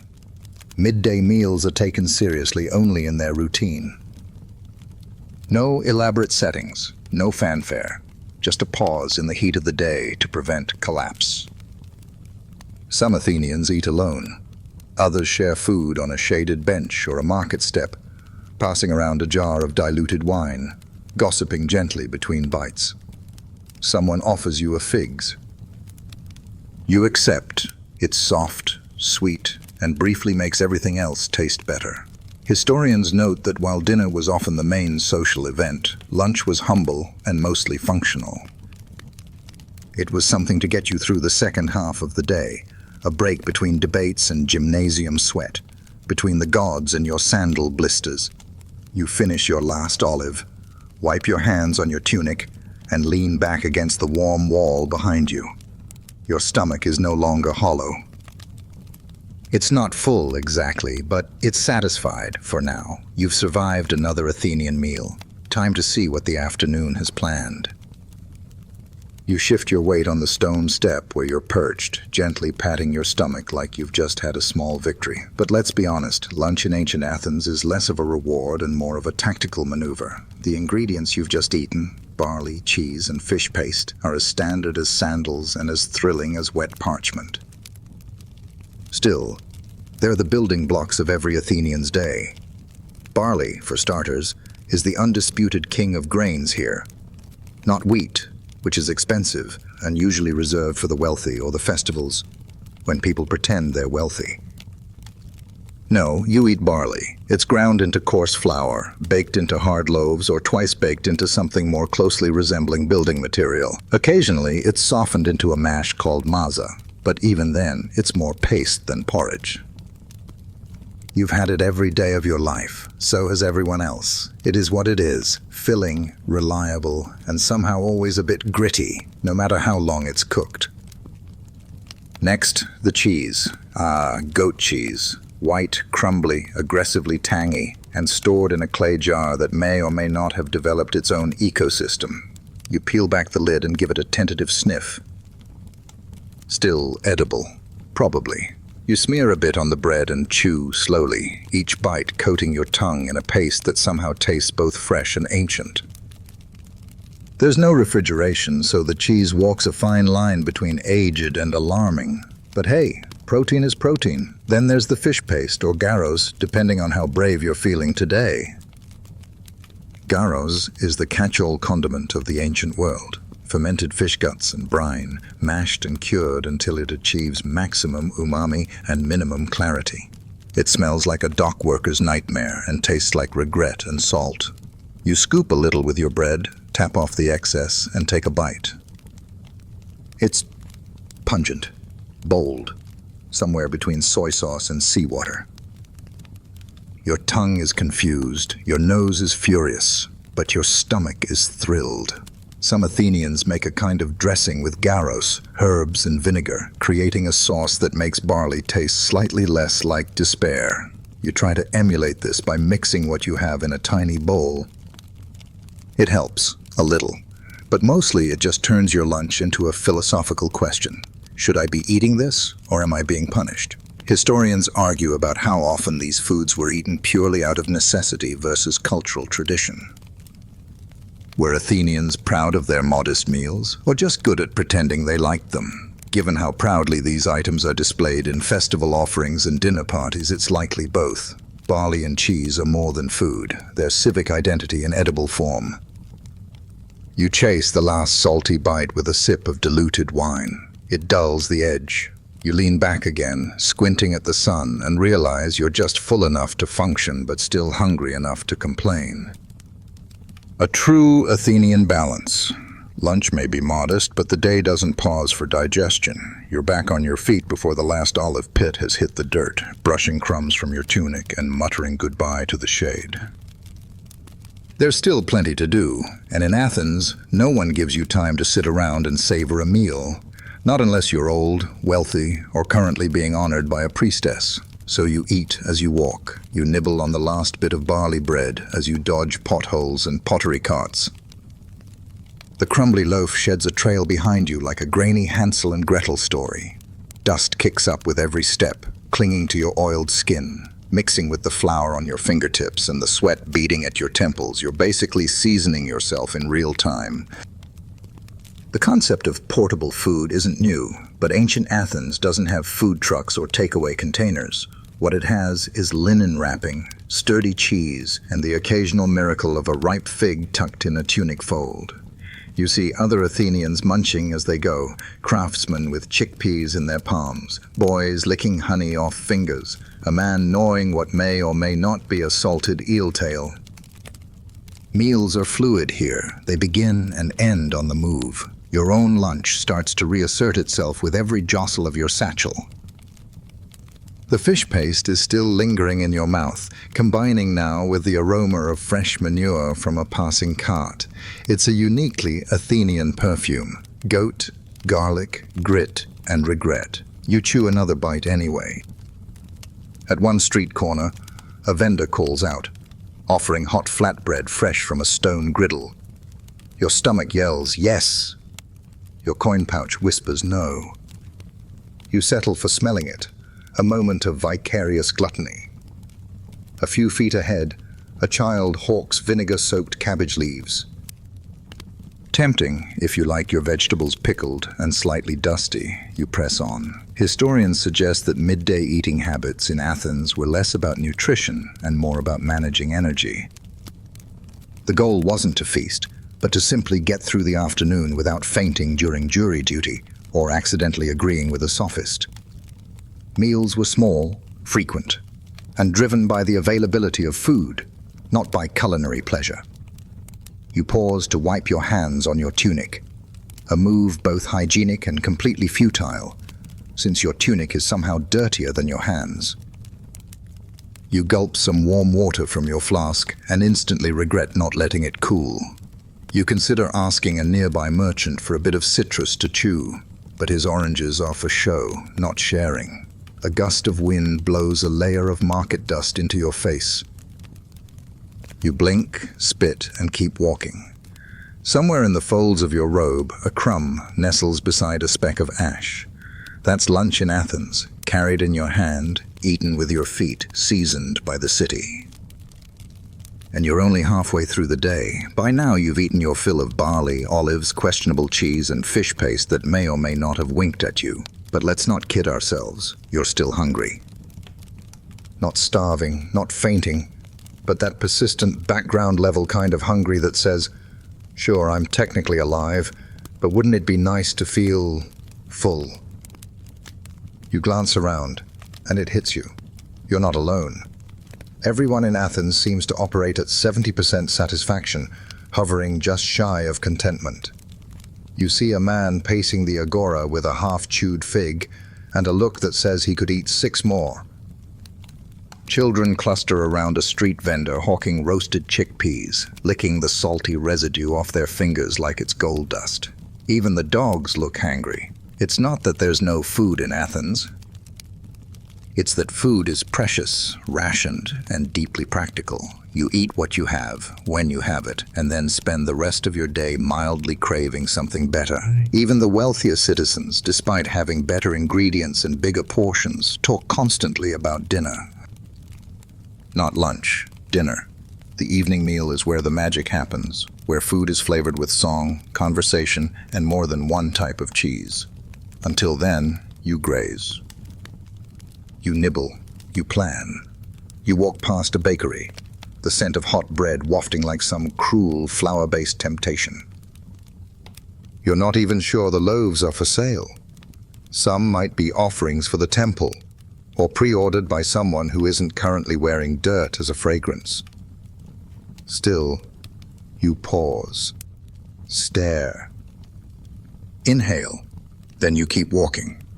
Historians note that the Athenian diet, while simple and largely plant-based, was enough to sustain a highly active population. Citizens walked miles daily, participated in physical training, and stood for hours in debates, all powered by grain, legumes, and the occasional pickled fish. But calories were earned, not indulged. Hunger was normal. Comfort was accidental. You pass another man chewing on wild herbs plucked from a roadside crack. He looks pleased.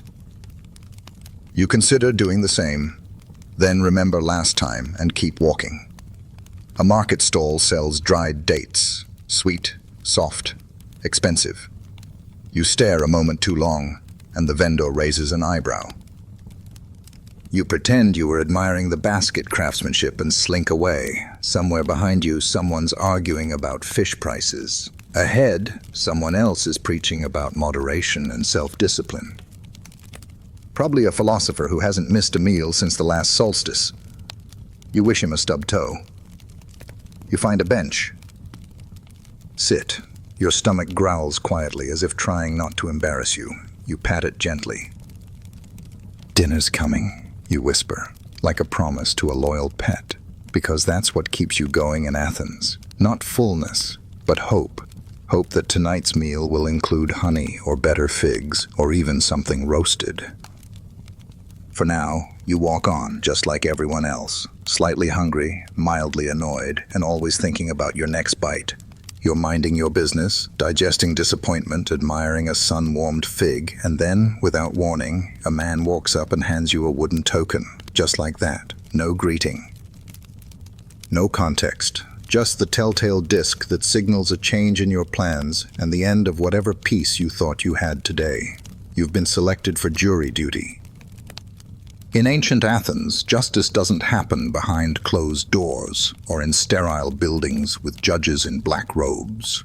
It happens publicly, loudly, and with an audience, and every citizen is expected to take part. Not by volunteering, mind you, but by lottery. Every day, names are drawn, thousands of them, and just like that, You might go from oiling your thighs at the gymnasium to deciding whether someone's neighbor owes them 3 amphorae of spoiled wine. You glance at the token in your hand, known as a pinakion. It's engraved with your name and possibly a symbol or letter corresponding to a court section. There's no appeal, no polite refusal. You are now a juror, and the city expects you to show up. After all, this is democracy. Loud, confusing, citizen-powered justice. You shuffle toward the law courts, which aren't stately halls, but rather open-air pavilions or roofed porches surrounded by clumps of irritated men. You line up with others who've also been roped into civic duty. Some are chatting. Some are grumbling. One man is already asleep against a pillar. A scribe checks your token and waves you through. You're in. Historians still debate how truly random the juror selection was. Some say the system, complete with nameplates and randomized machines called cleritaria, was astonishingly complex and fair for its time. Others suspect it was manipulated as often as not, but from where you're standing, it feels pretty random. You're handed a wax tablet and stylus, your tools for taking notes if you're so inclined. You consider drawing a goat instead. Once the court is seated, the trial begins. There are no lawyers. No formal judges. Just 2 citizens pleading their cases in front of hundreds of you and your equally disinterested peers. Each speaker has a time limit, measured by a water clock, clepsydra, that ticks audibly as their words slosh away. The plaintiff stumbles through accusations of property damage and slander. The defendant counters with a story involving a cat, a broken wine jug, and something about Dionysian rituals gone awry. You try to follow. You do. But the sun is hot. Your stomach is gnawing again, and the man next to you keeps sighing like he's being slowly deflated. Still, you're expected to listen, judge, and eventually vote. This is how justice works in Athens, loudly, publicly, with a rotating cast of amateur deciders. The courtroom is a theater, and today you're part of the audience and the cast, and you're still not sure what the cat did wrong. So here you are, sitting under a pergola of crumbling pillars with a wax tablet on your lap and a confused squint in your eyes, while 2 grown men scream at each other in front of several hundred citizen jurors who mostly look like they'd rather be anywhere else. Welcome to the Athenian court system, raw, theatrical, and deeply allergic to calm. There are no lawyers here. No trained professionals to handle arguments or cross-examine witnesses. If you've got a case, you argue it yourself. You write your own speech, deliver it with your own lungs, and hope your charisma outweighs your opponent's oratory. If you're wealthy or influential, you might secretly hire a speechwriter, a logographer, to help you script your emotional appeal. But on the day, it's all you. Your voice, your sweat, your trembling knees. The current plaintiff, let's call him Hippocrates, is red in the face and waving a piece of pottery as evidence. He's shouting about betrayal, damaged honor, and 3 stolen amphorae of olive oil. The crowd murmurs, some nod sympathetically. Others yawn. You try to keep up. His story zigzags from legitimate grievance to poetic vengeance, to a quote from Hesiod that, frankly, doesn't help his case. Then it's the defendant's turn. His name's Lysander, and he has the easy charm of a man who probably borrowed a neighbor's goat and still hasn't returned it. He begins by insulting Hippocrates' character, then pivots into a tragic backstory involving family loss and the high price of good oil. He wipes his brow dramatically. You suspect he's practiced this speech in front of a mirror, twice. The audience jurors, yourself included, absorb it all like half-baked sponges. There's no legal precedent, no binding statute, just pathos, performance, and the hope that your interpretation of justice aligns with whoever yells the most convincingly. Historians still debate whether this system created true justice or just mob rule in sandals. On the one hand, it gave every citizen a voice. On the other hand, shouting louder and crying at the right moment seemed to be more effective than facts. There's no cross-examination, no neutral judge. The role of judge is split across hundreds of people like you, each armed with a wax tablet, a stylus, and a dangerously low attention span. The court proceedings are timed by a clepsydra, a water clock slowly dripping its verdict. When the last drop hits the basin, the speaker must stop, no exceptions. If he's mid-sentence, too bad. Time's up. You find this deeply satisfying. A few witnesses are brought forward, mostly friends of the litigants who clearly have skin in the game. Their testimony consists of phrases like, "I remember it differently," and "he swore by Poseidon," and that's serious. One offers to reenact the entire incident using clay jars. He's politely declined. You scribble something illegible on your tablet, not because you'll reference it later, but because it makes you feel official. This isn't law, it's theater with consequences. And at the end, you get to decide who deserves justice and who deserves public humiliation. By now, the sun has moved from pleasant warmth to personal vendetta, and your thighs are starting to stick to the stone bench beneath you. The courtroom air is thick with sweat, shouting, and the occasional gust of suspicious wind from a man behind you who's been stress-eating chickpeas. You adjust your tunic, blink sand out of your eyes, and remind yourself that you're not just a spectator in this civic drama. You're a juror. That means your job is to listen. Really listen. Except no one warned you that listening in an Athenian court is like trying to track a thunderstorm while blindfolded. One minute the speaker is outlining property boundaries, the next he's weeping over his father's bronze sandals. It's hard to tell where logic ends and performance begins. You don't know if he's making a legal argument or auditioning for a tragedy. Still, you nod occasionally, furrow your brow meaningfully, and tap your stylus to your tablet like you're jotting down key phrases. In truth, you're sketching a crude drawing of a goat in a toga. You glance around. A few fellow jurors are clearly asleep. One is absolutely faking a cramp to get out early. Another is enthusiastically chewing on what looks like a decorative laurel leaf. Truly, democracy's finest. The defendant starts his rebuttal, arms flailing like he's shooing away invisible furies. He begins with the phrase, "As the gods are my witness," which you now recognize as ancient Greek for "I'm about to get dramatic." He paces, he gestures, he even crouches once for emphasis. A woman in the audience gasps. You squint. Is she impressed or embarrassed?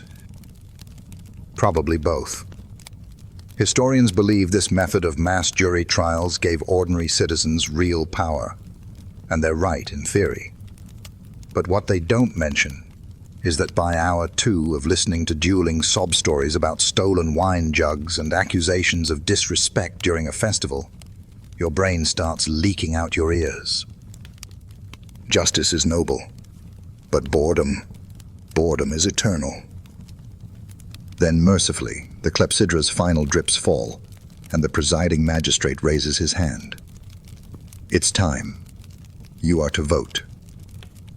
Not for a compromise or a middle ground. No, you must pick a side. Winner takes all. The loser walks away with a fine, exile, or a lifelong vendetta they'll definitely bring up at every symposium until they die. You shuffle toward the ballot area. There are 2 urns, one for each litigant. You take a bronze token from your satchel, carefully shaped to ensure you can't fake it. You drop it into your chosen urn, suppressing the urge to whisper, "May the least dramatic man win." Then you return to your seat and wait for the final tally. As the crowd murmurs, as tension builds, you realize something. No matter how confusing the arguments, how theatrical the delivery, or how vague the actual crime, you just played a role in delivering ancient justice, and all you really wanted was a nap. The verdict is in. Pebbles have been counted, tokens dropped, urns examined, and somewhere beneath the sun-drenched chaos, a winner has emerged. Or at least, someone who lost a little bit less. The crowd hushes, well, hushes in the Athenian sense, meaning the shouting drops from mob of wild goats to confused argument over fish prices. The magistrate announces the verdict. The plaintiff wins. Cheers erupt from one side of the audience. Groans rise from the other. The losing defendant nods in acceptance, or maybe disbelief, and the next step unfolds: punishment. And here, the ancient world pulls no punches. Because in Athens, courtroom penalties don't believe in moderation. They're either oddly specific fines or complete personal annihilation. There's very little in between. In this case, the penalty is a fine of 200 drachmas. You blink, 200. That's a small fortune, more than a craftsman might earn in several months. The man's jaw drops. He opens his mouth to protest, but this isn't a negotiation. The crowd's already turning its attention to the next case. Justice moves quickly here, even if no one's entirely sure where it's going. And the truth is, it could have been worse. Much worse. Athenian courts are infamous for their menu of wildly unbalanced punishments. You could be fined, yes, but you could also be exiled for 10 years. Or lose your citizenship, or have your house confiscated. In extreme cases, you might even be sentenced to death for things that wouldn't earn a parking ticket today. Like impiety, or teaching the youth to think critically. Looking at you, Socrates. Historians have long debated why Athenian penalties were so extreme. Some say it was to deter repeat offenses. Others argue it was a byproduct of letting untrained citizens deliver binding verdicts in emotionally charged trials. Whatever the reason, outcomes rarely matched the crime. Steal a jar of olives, pay a hefty fine, insult someone during a religious procession. Get exiled. Accidentally sell diluted wine at the market? Your stall could be burned down. On purpose. The punishments weren't just about crime. They were about reputation. Public shame was currency in Athens. A conviction meant your name was spoken with a tone of pity and disgust for years. Your family might suffer socially. Your ability to speak at future assemblies could be revoked. And forget being invited to a symposium. You'd be lucky to get a seat at a fish stall. You glance at the defendant again. He's still standing there, dazed. Someone pats his shoulder. Another hands him a figs. That's Athens. Merciless judgment followed by awkward, fruit-based comfort. Meanwhile, the crowd is already shifting. Another pair of litigants step forward. This time it's a woman accusing her neighbor of poisoning her fig tree. You sigh. You're not on this jury, but you kind of wish you were. At least it sounds juicy. As you step away from the court, your wax tablet still tucked under your arm, you wonder how many lives have been unraveled by a single pebble dropped in the wrong urn.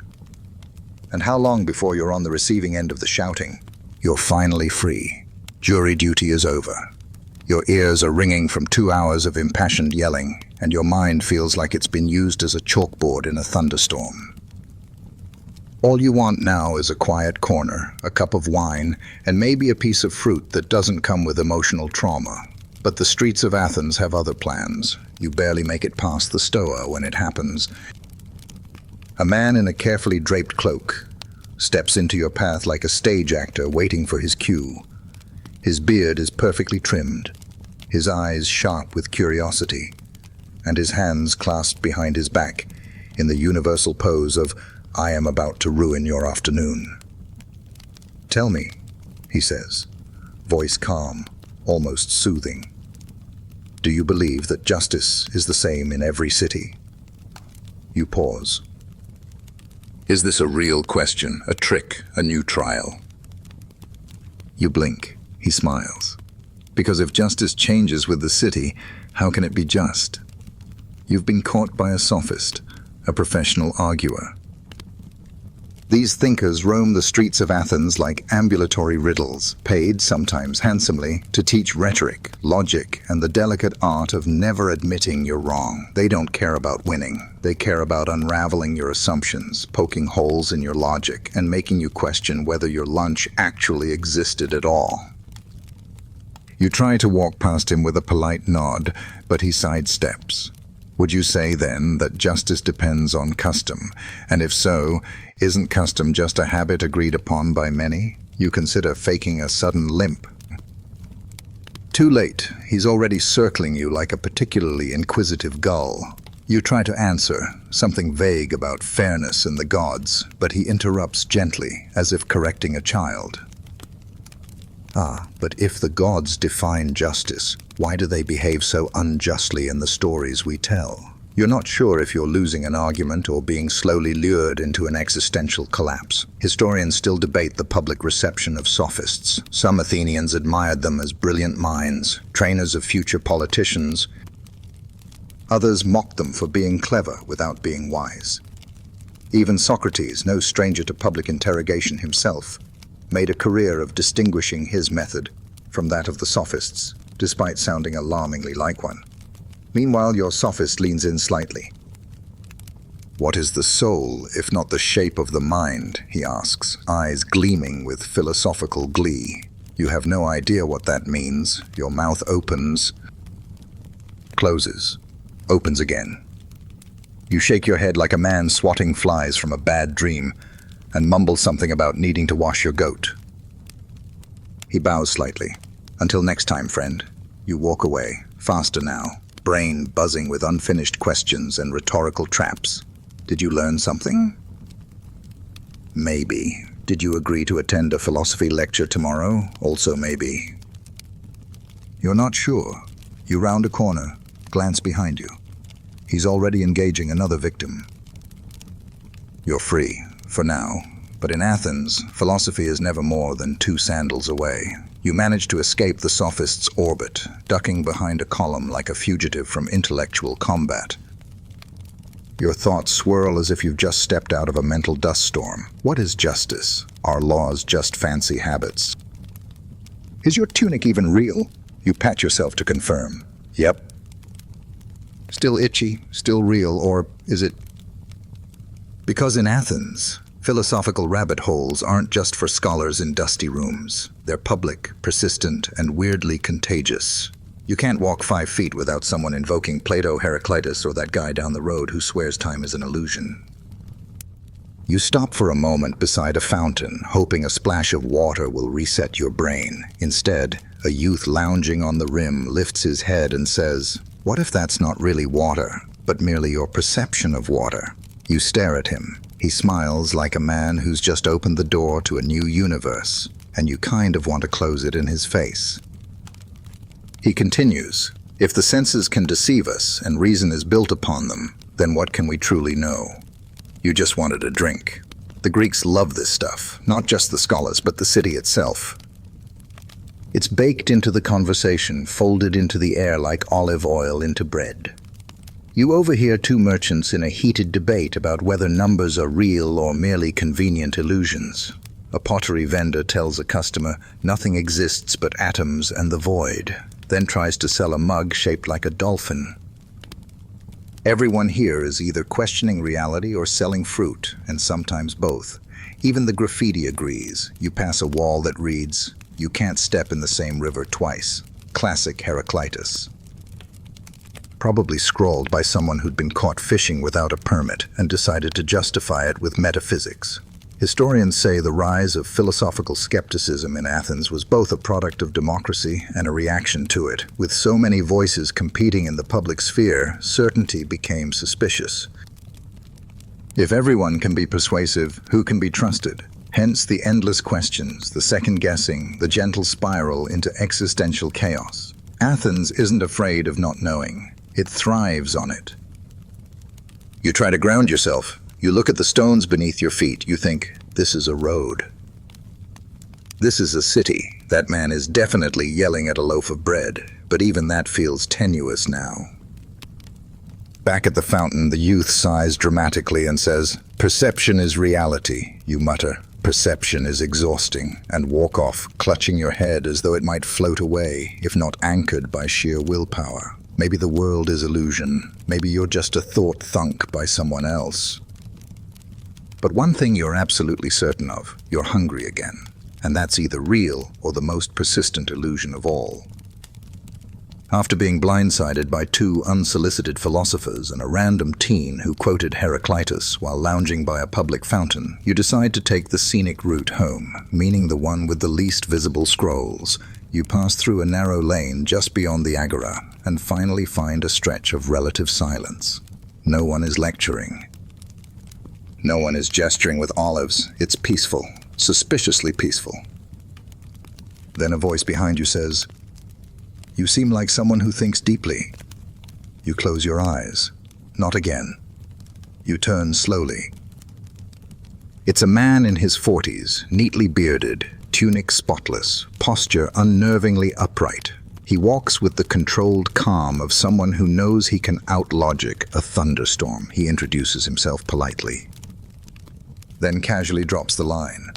What if the things we see are just shadows of the real things, mere reflections of the ideal forms? Ah, Plato. Not actually the man himself, but one of his many followers.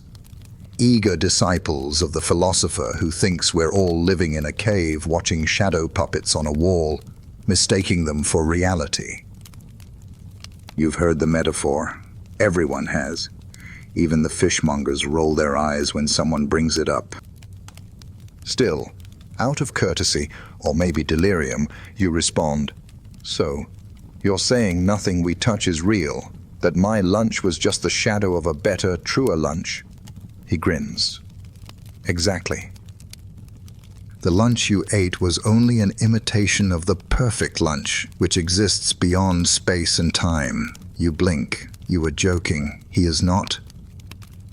He goes on, "Just like justice, beauty, and truth, your lunch only gestures at the form of lunch. And the worst part? You're nodding. Somehow this makes sense. Maybe it's the heat. Maybe it's the cumulative effect of garrows and unresolved moral debates. Or maybe it's because every time you try to define anything, justice, courage, even sandals, it slips through your fingers like wet barley mash. You, a sleep-deprived citizen who still smells faintly of wrestling oil and courthouse anxiety, are now agreeing with Plato. Historians often wonder whether the average Athenian actually understood Platonic thought or just repeated it to avoid sounding dumb at symposiums. But here you are. Not just following the argument, but nodding along like a man who owns a second-hand lyre and a manuscript habit. "Take the lyre," he says, lifting one from his bag. Of course he has one. "This lyre, this is not lyreness. It merely imitates the form of lyre." You whisper, "So, it's just a musical suggestion?" "Exactly," he says, thrilled. "And you've grasped it faster than most." You feel both proud and deeply, deeply confused. Did you just have a philosophical breakthrough or a mild stroke? He thanks you for the dialogue and vanishes into the crowd. You stand there, stunned, staring at your hands like they've betrayed you by becoming metaphors. Were they ever real? Are you real? Is your fig real? You shake it off, philosophical epiphany or not. Your feet still hurt, and your stomach still wants the form of dinner, and you'll settle for a shadow if it comes with cheese. At this point in your Athenian day, you've been to court, been yelled at by multiple philosophers, and had a minor identity crisis involving the metaphysical status of lunch. And despite all of it, the rhetorical chaos, the moral confusion, the existential shadow puppetry, one thing remains distressingly true. You still haven't eaten. Not really. Sure, there was that sad midday moment involving olives and regrets. But since then, you've burned through whatever nutrition it provided by sweating, thinking too hard, and ducking aggressively timed sophists. Your stomach has gone quiet, not because it's satisfied, but because it's plotting. It's in that dangerous, brooding stage of hunger, where it's conserving energy to strike later in the form of dizziness and personal betrayal. You head toward the market again, hopeful. You know the day is slipping past, and soon it will be time for the evening meal, Deipnon, the promised land. But it's not here yet, and every time you spot a possible snack, something intervenes. At the bread stall, you reach for a flat round loaf, and then immediately yank your hand back as the seller demands double the usual price due to a flour shortage he blames on the Spartans. You move on. A young boy runs by, waving a skewer of grilled fish chunks. You consider chasing him, but decide you've had enough existential dilemmas for one afternoon. A moment later, a woman offers you a fig, an actual miracle, but it turns out she's trying to recruit you into a mystery cult, and the fig is only symbolic. You decline politely, stomach whimpering. Historians often paint Athenian life as vibrant, rich in public discourse and civic participation, and they're not wrong. But what they tend to gloss over is that all this democracy and drama happens on a mostly empty stomach. Meals are modest, schedules are fluid. And the gods forbid you get caught in a conversation with a Pythagorean when you're trying to eat. They'll make you feel guilty about chewing at the wrong angle. You duck into a shaded alley where a vendor is roasting chickpeas over a low flame. The scent hits you like a divine vision, warm, nutty, perfectly spiced. You reach into your pouch, only to discover that somewhere between the courthouse and Plato, your last coin has disappeared, gone. Possibly turned into a shadow. The vendor shrugs. No coin, no chickpeas. You stare at the sizzling pan. It stares back. Your stomach growls, long and theatrical. A few passers-by glance over, probably assuming you're making a statement about the failures of the grain import system. You consider licking the air for flavor, then think better of it. There is no justice, no truth, and definitely no food.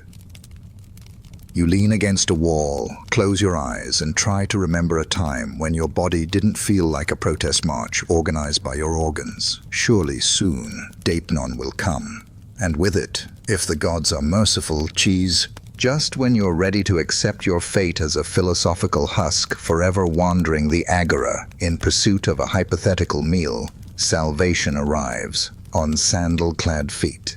A friend, or at least someone you owe 3 favors to, waves you over with a grin and says the words that feel like poetry. Come join us for Deipnon. Dinner. Real dinner. Not a crumb scavenged between lectures. Not a fig waved like a symbol. A full, actual evening meal. You would weep, but dehydration beat you to it. You follow him down narrow alleys toward a modest courtyard tucked behind his home. It's not grand. There's no gilded gate, no sculpted columns, but the scent hits you before the door swings fully open. Roasted onions, vinegar-soaked greens, herbs fried in oil, and, praise be to Demeter, a hint of grilled lamb. Your stomach responds with a noise that is part gratitude, part demand. Inside, there's a low table already set. Cushions circle it in the Athenian style, inviting guests to recline. It's not about comfort, it's about looking elegant while your legs fall asleep. You accept your spot with quiet reverence. Food is served slowly, in courses, like a conversation unfolding. First, a dish of lentils stewed with garlic and herbs. You inhale them. Next, black olives, fat and oily, sprinkled with thyme, and a pile of bread so fresh it still carries the ghost of the hearth. There's wine, too, diluted properly as custom dictates, unless you want to be branded a barbarian. And then comes the meat. Lamb, marinated in citrus and crushed coriander, sizzling on a clay plate. You watch as your host slices it, the juices running, the aroma rising like a hymn. A modest portion is passed to each guest. You try not to snatch yours like a starved raccoon. You fail.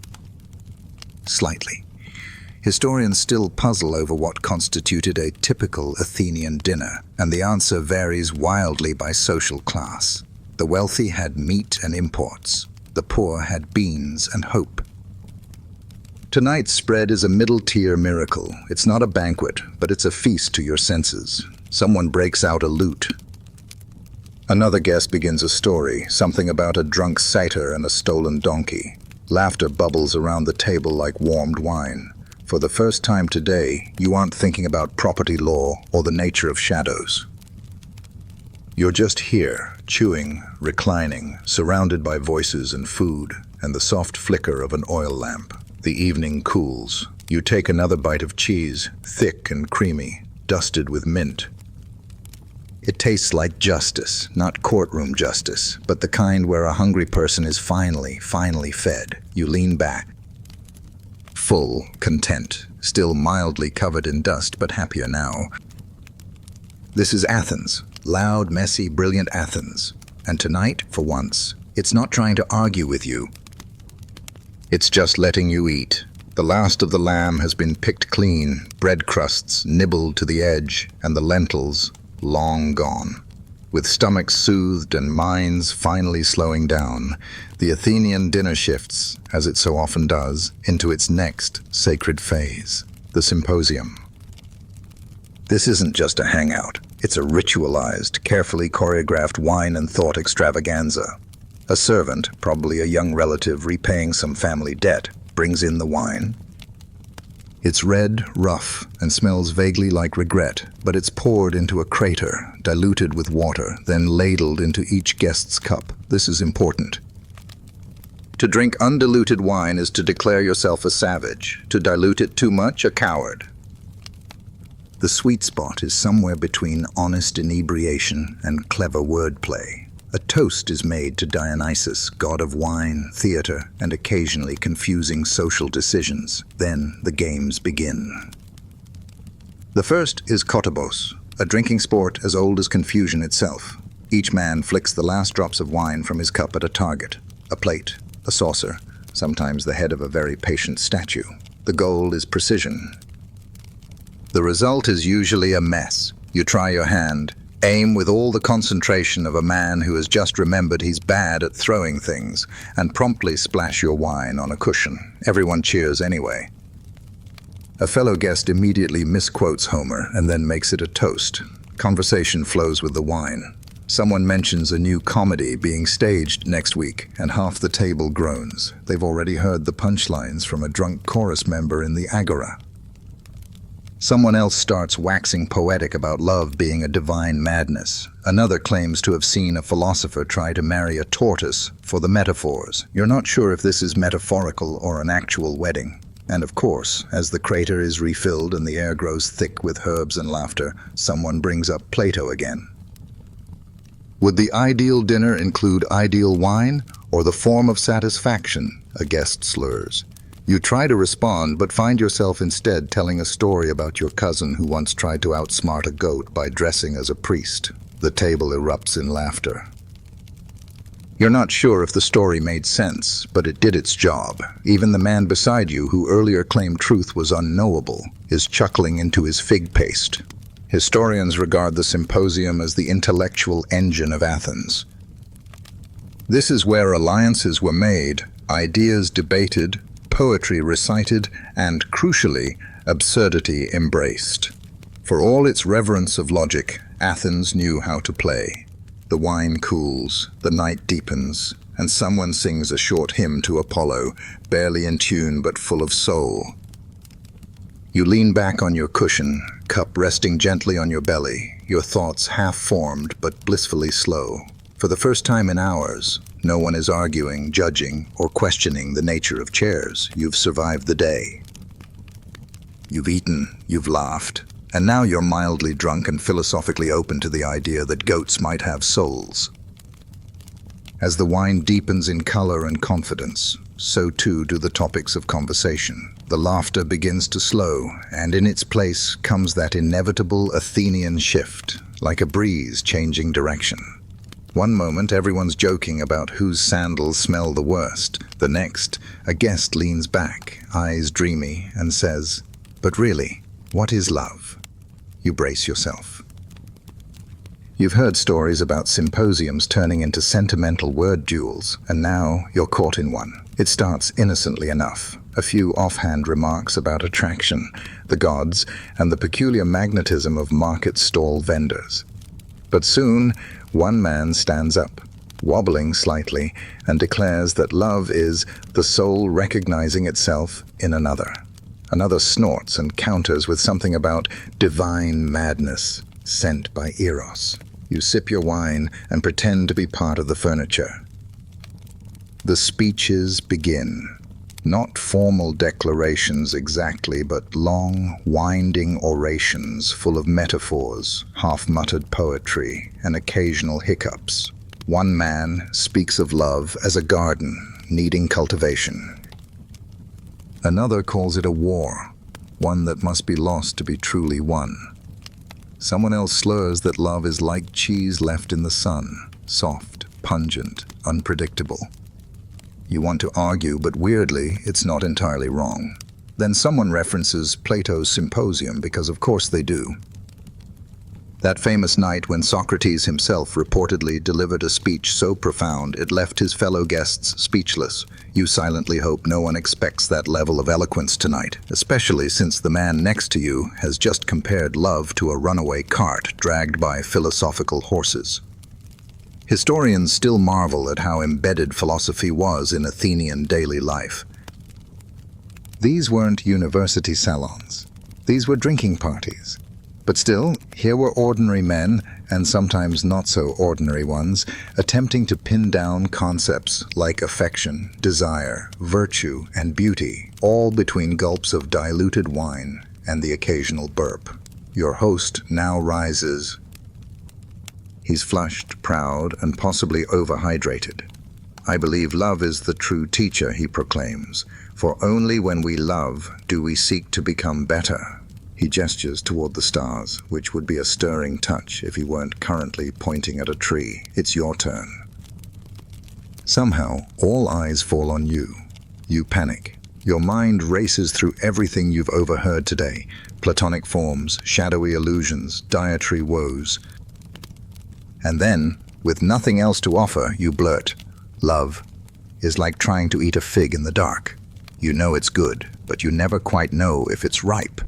A beat of silence. Then someone claps. Then laughter, and, mercifully, that's enough. The conversation meanders on, circling poetry, desire, even the nature of friendship. The tone is softer now, sleepier. The wine has smoothed out the sharp edges. No one's here to win. Just to share, to be heard, to sigh collectively over how messy it all is. And as another speech begins, this one delivered from a reclining pose that looks dangerously close to snoring, you smile. Love like this night is ridiculous, earnest, and somehow perfect. The fig in the dark metaphor made you a minor hero for the night. But heroism has its limits, namely a full stomach, half a crater of wine, and the ever-softening cushion beneath your elbow.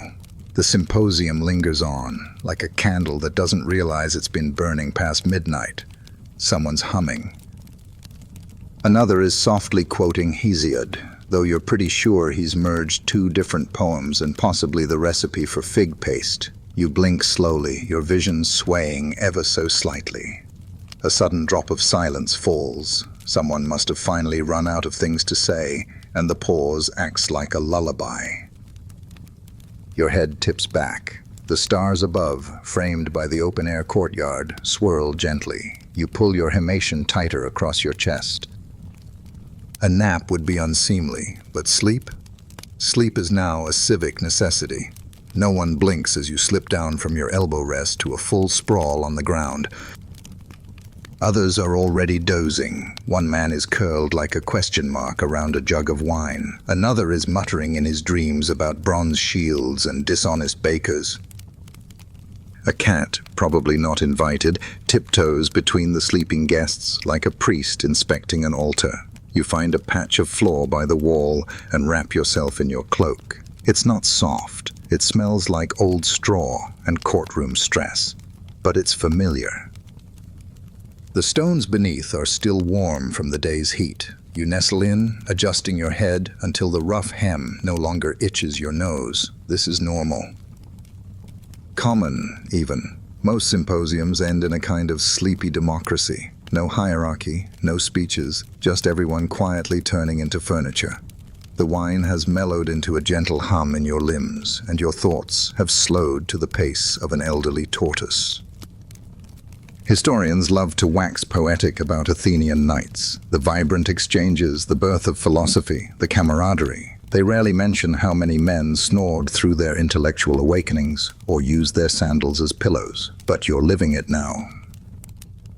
The great thinkers of the day, mouths slightly open, limbs tangled in togas, dreams swirling with abstract forms and possibly roast onions. You listen to the wind brushing against the olive trees just beyond the courtyard wall. Someone sighs. A jug shifts. A dog barks in the distance, immediately hushed by what might be a frustrated statue of Hermes. You smile into your rough wool. Today, you've been a juror, a philosopher's victim, a dinner guest, and a fig-based poet. You've dodged rhetorical traps, survived existential crises, and navigated Athenian justice without being fined, exiled, or made an example of. Now, wrapped like a human scroll, you surrender to sleep. No mattress, no pillow, just stars, dust, and the soft murmur of a city full of dreamers, thinkers, and people who really, really love to argue. And you wouldn't trade it for anything, except maybe a thicker blanket. Dawn in Athens doesn't sneak in quietly. It rolls over the rooftops with an impatient clatter, elbowing the stars aside and dumping golden light on anything it can touch. Your eyes crack open to a courtyard now bathed in sun, your face itchy from dust, and your mouth dry as a forgotten amphora. The first thing you notice is that your neck has lost the will to be a neck. You sit up slowly, peeling yourself off the stone floor like a half-baked pastry. Around you, symposium survivors stir in varying states of confusion. One man is trying to wear his tunic as a head wrap. Another is talking softly to a wine jug as if it betrayed him. You blink through the haze. Your limbs feel borrowed, and your breath tastes of garlic and philosophy. And then, the smell hits you. It's not breakfast. It's not even something that should be near breakfast. It's a heady mix of last night's ashes, unwashed animals, and the musky tang of city goats beginning their daily rebellion.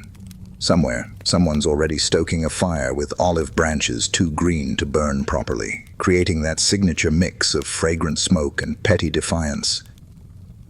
You stand, stretching your back until something pops. A cat bolts. You adjust your cloak and step outside the courtyard, immediately greeted by the bleat of a goat that looks like it's seen your worst decisions and judged them harshly. The animal trots past, followed by a boy wielding a stick and a face full of morning grump. Athens wakes early, and it wakes loud. Merchants are shouting about prices before the sun fully settles. Women carry baskets to the wells, chatting over the slosh of water. A street poet is already declaiming to a mostly uninterested cluster of pigeons. And beneath it all, the scent of smoke drifts through every alley, rising from hearths, cooking fires, kiln openings, and maybe a spontaneous ritual or two. You wander toward the agora in search of something edible, or at least drinkable. Your head still hums with wine and half-remembered metaphors. You hear two men debating the difference between wisdom and cunning while waiting for a pot of barley porridge to cook. You smell lentils stewing, but also the unpleasant reminder that the communal lavatory has no sense of modesty. Historians call Athens a marvel of urban planning, a beacon of democratic innovation. What they often omit is that it also smelled like burnt onions, goat fur, wet sandals, and anxiety. But to you, it's become almost comforting, real, familiar. The scent of a city that lives, argues, sweats, and snores, frequently all at once. You rub your eyes and keep moving, passing a group of young athletes on their way to the gymnasium. They look disgustingly awake. One of them shouts something about practicing javelin throws. You decide to keep a healthy distance. You're hungry, mildly hungover, and about to start another day in the world's most chaotic, glorious city. Good morning, Athens. You shuffle through the streets of Athens, stomach rumbling and sandals flapping, when you begin to notice a pattern. Every third man you pass looks like he's been carved from marble and dipped in olive oil. Muscles, gleaming skin, proud posture, the whole statue on the loose effect. At first, you think you've stumbled into a sculptor's parade. Then it dawns on you. They're all on their way to train. Athens may be the heart of philosophy, but it's also a city obsessed with physical perfection. The gymnasium is just as sacred as the courtroom, maybe more, depending on who you ask. And it's not some dusty workout shed, it's a sprawling open-air complex where men strip down, oil up, and hurl themselves at various objects in the name of glory. You take a detour and wander into the palestra, the wrestling yard. Immediately, you're greeted with the unmistakable scent of sweat, sand, and overconfidence. Dozens of young men are already at it, grappling, sprinting, practicing discus throws with a seriousness usually reserved for tax disputes. You lean on a column, feeling like a satyr that wandered into a hero factory. "Want to join?" a trainer asks, gesturing to a tub of oil. You decline with a smile and a weak joke about being in training for napping. The man doesn't laugh. He hands a boy a javelin and shouts instructions that sound suspiciously like threats. The Olympic Games are still some time away, but the atmosphere is relentless. These aren't just casual exercises. This is a full-time devotion to the gods of sport and spectacle. Arete, the pursuit of excellence, pulses through the gymnasium like drumbeats. Even those not aiming for Olympic fame train daily. Boxing, running, wrestling, enduring bone-snapping drills just to earn applause at local festivals or not embarrass themselves during public displays. Historians debate whether this obsession with bodily perfection helped reinforce civic virtue or simply filled the city with extremely shiny men who quoted Homer between push-ups, probably both. You watch a man leap onto a platform with such grace you're briefly convinced he has wings. Another wrestles a larger opponent to the ground, using a move that probably has a name like Lion's Twist or Backbreaker of the Gods. A group of onlookers claps politely. You accidentally yawn. To be clear, you have no issue with fitness. It's just that your idea of cardio is dodging aggressive fishmongers, and your main muscle group is your sarcasm. If your life depended on winning a foot race, you'd have to bribe the finish line. Still, it's hard not to admire the spectacle, the discipline, the sheer shininess. You retreat before anyone tries to toss a discus in your direction, though you make a mental note to maybe stretch later. Just once, maybe. As you step back into the street, a group of boys runs past yelling about upcoming contests. One carries a bag of sand, another a roasted beet. You're not sure if it's a training aid or lunch. Either way, you're definitely not entering the Olympics, but watching from a safe distance, that's a sport you can handle. You've barely stepped out of the gymnasium's shadow when a young man with sunburned shoulders and an unsettling amount of enthusiasm jogs up beside you. He's grinning, breathing like a bellows, and bouncing on his heels with the energy of someone who hasn't suffered through 2 philosophical ambushes and a wine hangover. "Race you to the olive tree at the corner," he says, pointing down the street. You blink. He can't be serious. Your stomach is still trying to negotiate a barley cake, and your knees feel like they've just sat through a Socratic debate. "I'm more of a walking enthusiast," you reply, attempting diplomacy. But he's already sprinting. "Last one there buys lunch, of course." You sigh. There are witnesses now. 2 potters and an old woman with an amphora are staring. One of them mumbles, "Don't tear anything." You'd be offended, but she's probably right. So with the grace of a reluctant mule, you start running, sort of. It's more of a shuffle-hop-lurch combo, punctuated by apologies to startled goats and an accidental collision with a vegetable cart. The young man, meanwhile, bounds ahead like a mythological deer. You manage 5 good strides before your sandals betray you, flapping wildly and making a noise not unlike panicked applause. Every part of your body objects. Your ankles question your life choices. Your lungs remind you that you're built for long naps, not short races.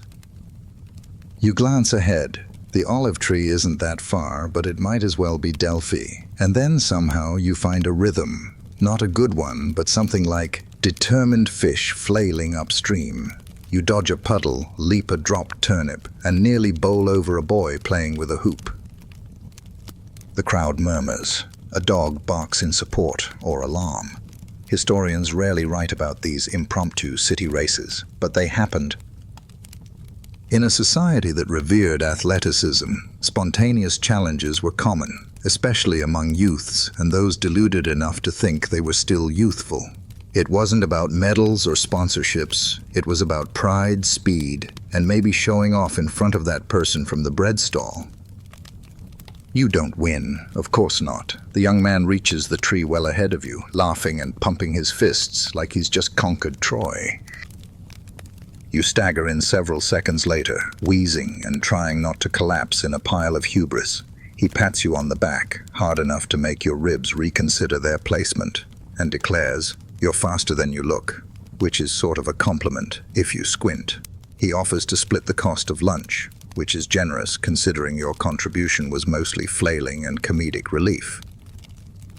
You accept, barely able to nod. As he jogs ahead toward the food stalls, still energized, you sink onto a bench, fanning yourself with a scrap of papyrus. You raced. You survived, and now your thighs feel like they're made of vinegar-soaked rope. Never again. Probably. You don't walk away from that foot race. You limp, you shuffle, you drag your dignity behind you like a broken sandal, but you do not walk. Every part of your body has lodged a formal complaint. Your knees sound like poorly greased millstones. Your thighs feel as if they've been gently beaten with a philosopher's scroll, and your lungs have threatened to strike. You hobble toward a shaded stoop near the agora, flopping down with the grace of a felled statue. A breeze stirs the dust, the scent of warm figs drifts by, and just as you begin to consider dying in peace, you feel eyes on you. Goat eyes. The same goat from earlier, the one with the judgmental face, is staring at you again, chewing something that may or may not be part of someone's discarded sandal. It sidles closer, expression neutral but deeply unamused, and lets out a soft bleat that somehow conveys, "You brought this on yourself." You sigh. Don't start. It headbutts your knee. Gently but with intent, you grimace. Somewhere inside, your hamstrings squeak. The goat sits beside you, still chewing. You're now sharing a bench with livestock, and weirdly, you're okay with that. The goat, at least, isn't going to challenge you to a philosophical debate or sprint. It's just existing, content in its stubbornness, unburdened by existential dread or metaphors about lunch. Historians rarely talk about the goats of Athens, except when they're used in sacrifices or as economic footnotes. But they were everywhere, woven into daily life like cracked tiles and political rumors. They were milked, bartered, blamed for missing olives, and occasionally worshipped during certain Dionysian festivals. Most importantly, they were opinionated. This particular goat seems to have taken a vested interest in your day. It leans over, sniffs your himation, and gives a half snort of derision. You want to argue, but honestly, it's hard to fault its judgment. You do smell like sweat, dust, and regret. A woman passing by eyes you both and chuckles. "Lost a race, did you?" "Just temporarily misplaced my pride," you reply, trying to smile without grimacing. She tosses a fig to the goat, who catches it with an elegance you haven't managed in weeks. You wonder, not for the first time, if this goat is smarter than you. It probably knows its limitations. You, on the other hand, were lured into a foot race with someone who uses stairs as warm-ups. The sun climbs higher, pressing down on the city like a hot lid. Somewhere a flute player tries out a new melody. Somewhere else, a merchant yells about dishonest weights. And here, on this stoop, you and the goat exist in quiet, mutual understanding. Eventually you rise, or attempt to. The goat watches, unimpressed. "Don't judge me," you mutter, wobbling upright. It bleats once, firmly. Your thighs scream, your back pops, and your ego limps behind you like a wounded soldier. But you walk away. Tomorrow, you'll let someone else race. You're sticking with goats. They're wiser than they look. You've been bruised by philosophy, humbled by athletes, and possibly judged by a goat. Naturally, the next logical step in your Athenian misadventure is to seek wisdom from someone older, weirder, and marginally more cryptic than everyone you've met so far. It's oracle time. Now, the famous oracle, the one who whispers vague truths from Apollo's temple at Delphi, is a bit too far and a lot too expensive for your aching legs and modest coin pouch. So you do what many Athenians do when Delphi isn't an option. You visit the local oracle in the city outskirts. Less dramatic, sure, but still enough to provide the thrill of potentially misunderstood prophecy. The shrine is tucked between a crumbling olive grove and a sheep pen that smells like ambition. A weathered sign reads, "Melessa, interpreter of dreams and eater of dates." You blink. Well, at least she's honest. You enter quietly. The oracle's chamber is dim and smoky, the air thick with the scent of burnt herbs and old promises. Melessa sits cross-legged behind a low altar, draped in layers of cloth and necklaces that clink like confused spoons. Her eyes are lined with charcoal, and her expression is the kind normally reserved for people who've seen too much and are deeply unimpressed by all of it. She looks at you. You look back, hoping to channel seeker of truth and not dusty person who lost a race to someone named Theodorus.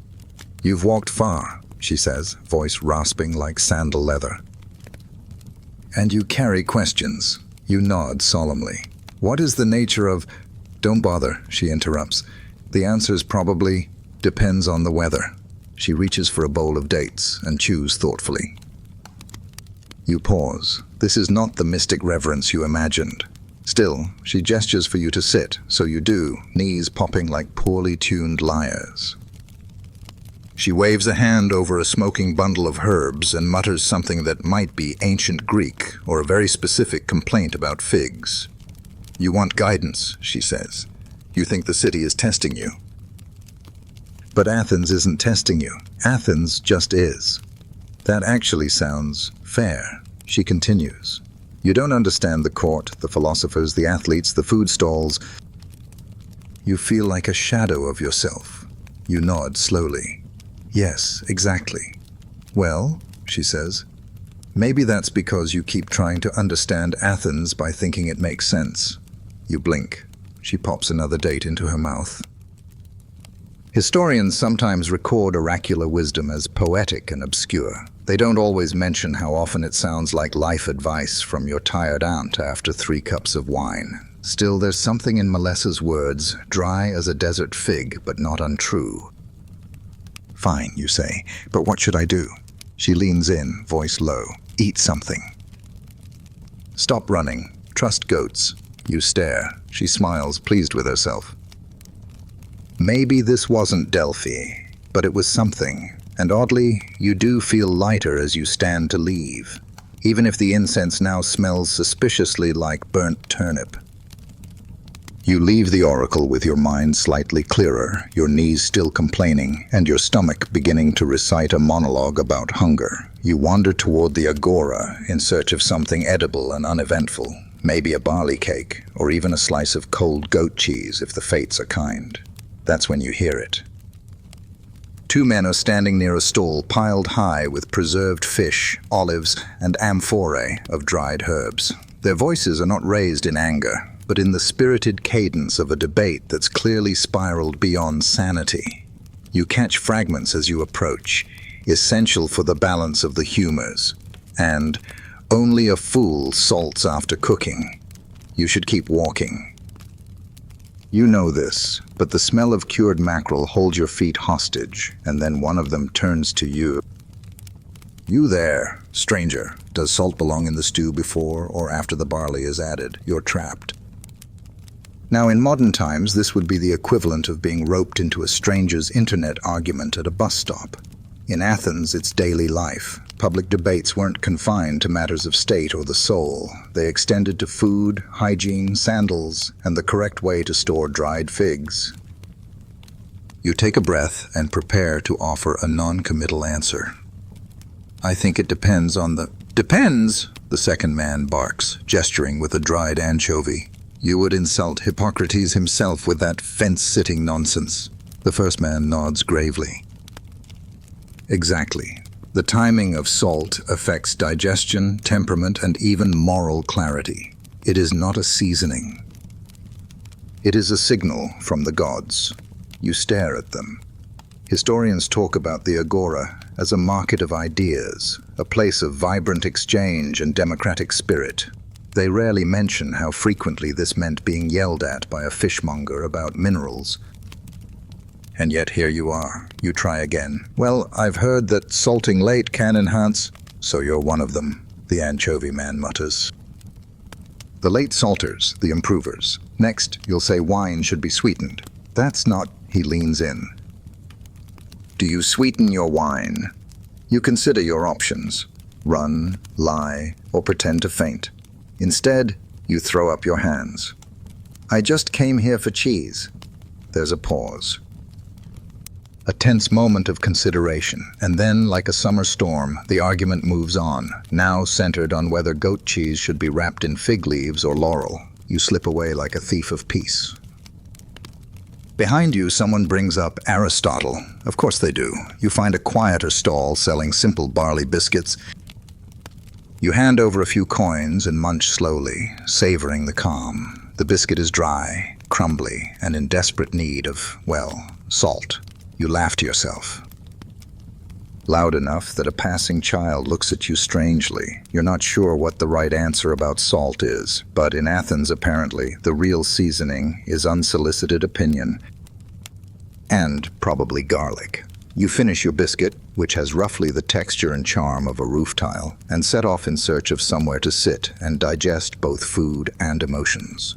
The side streets are a little quieter now, the midday sun slowing everything down to a languid crawl. You pass a wall plastered with faded notices, most advertising things like olive oil prices, lost sandals, and performances of a new comedy titled Dionysus and the Missing Goat. You smirk. That sounds suspiciously autobiographical.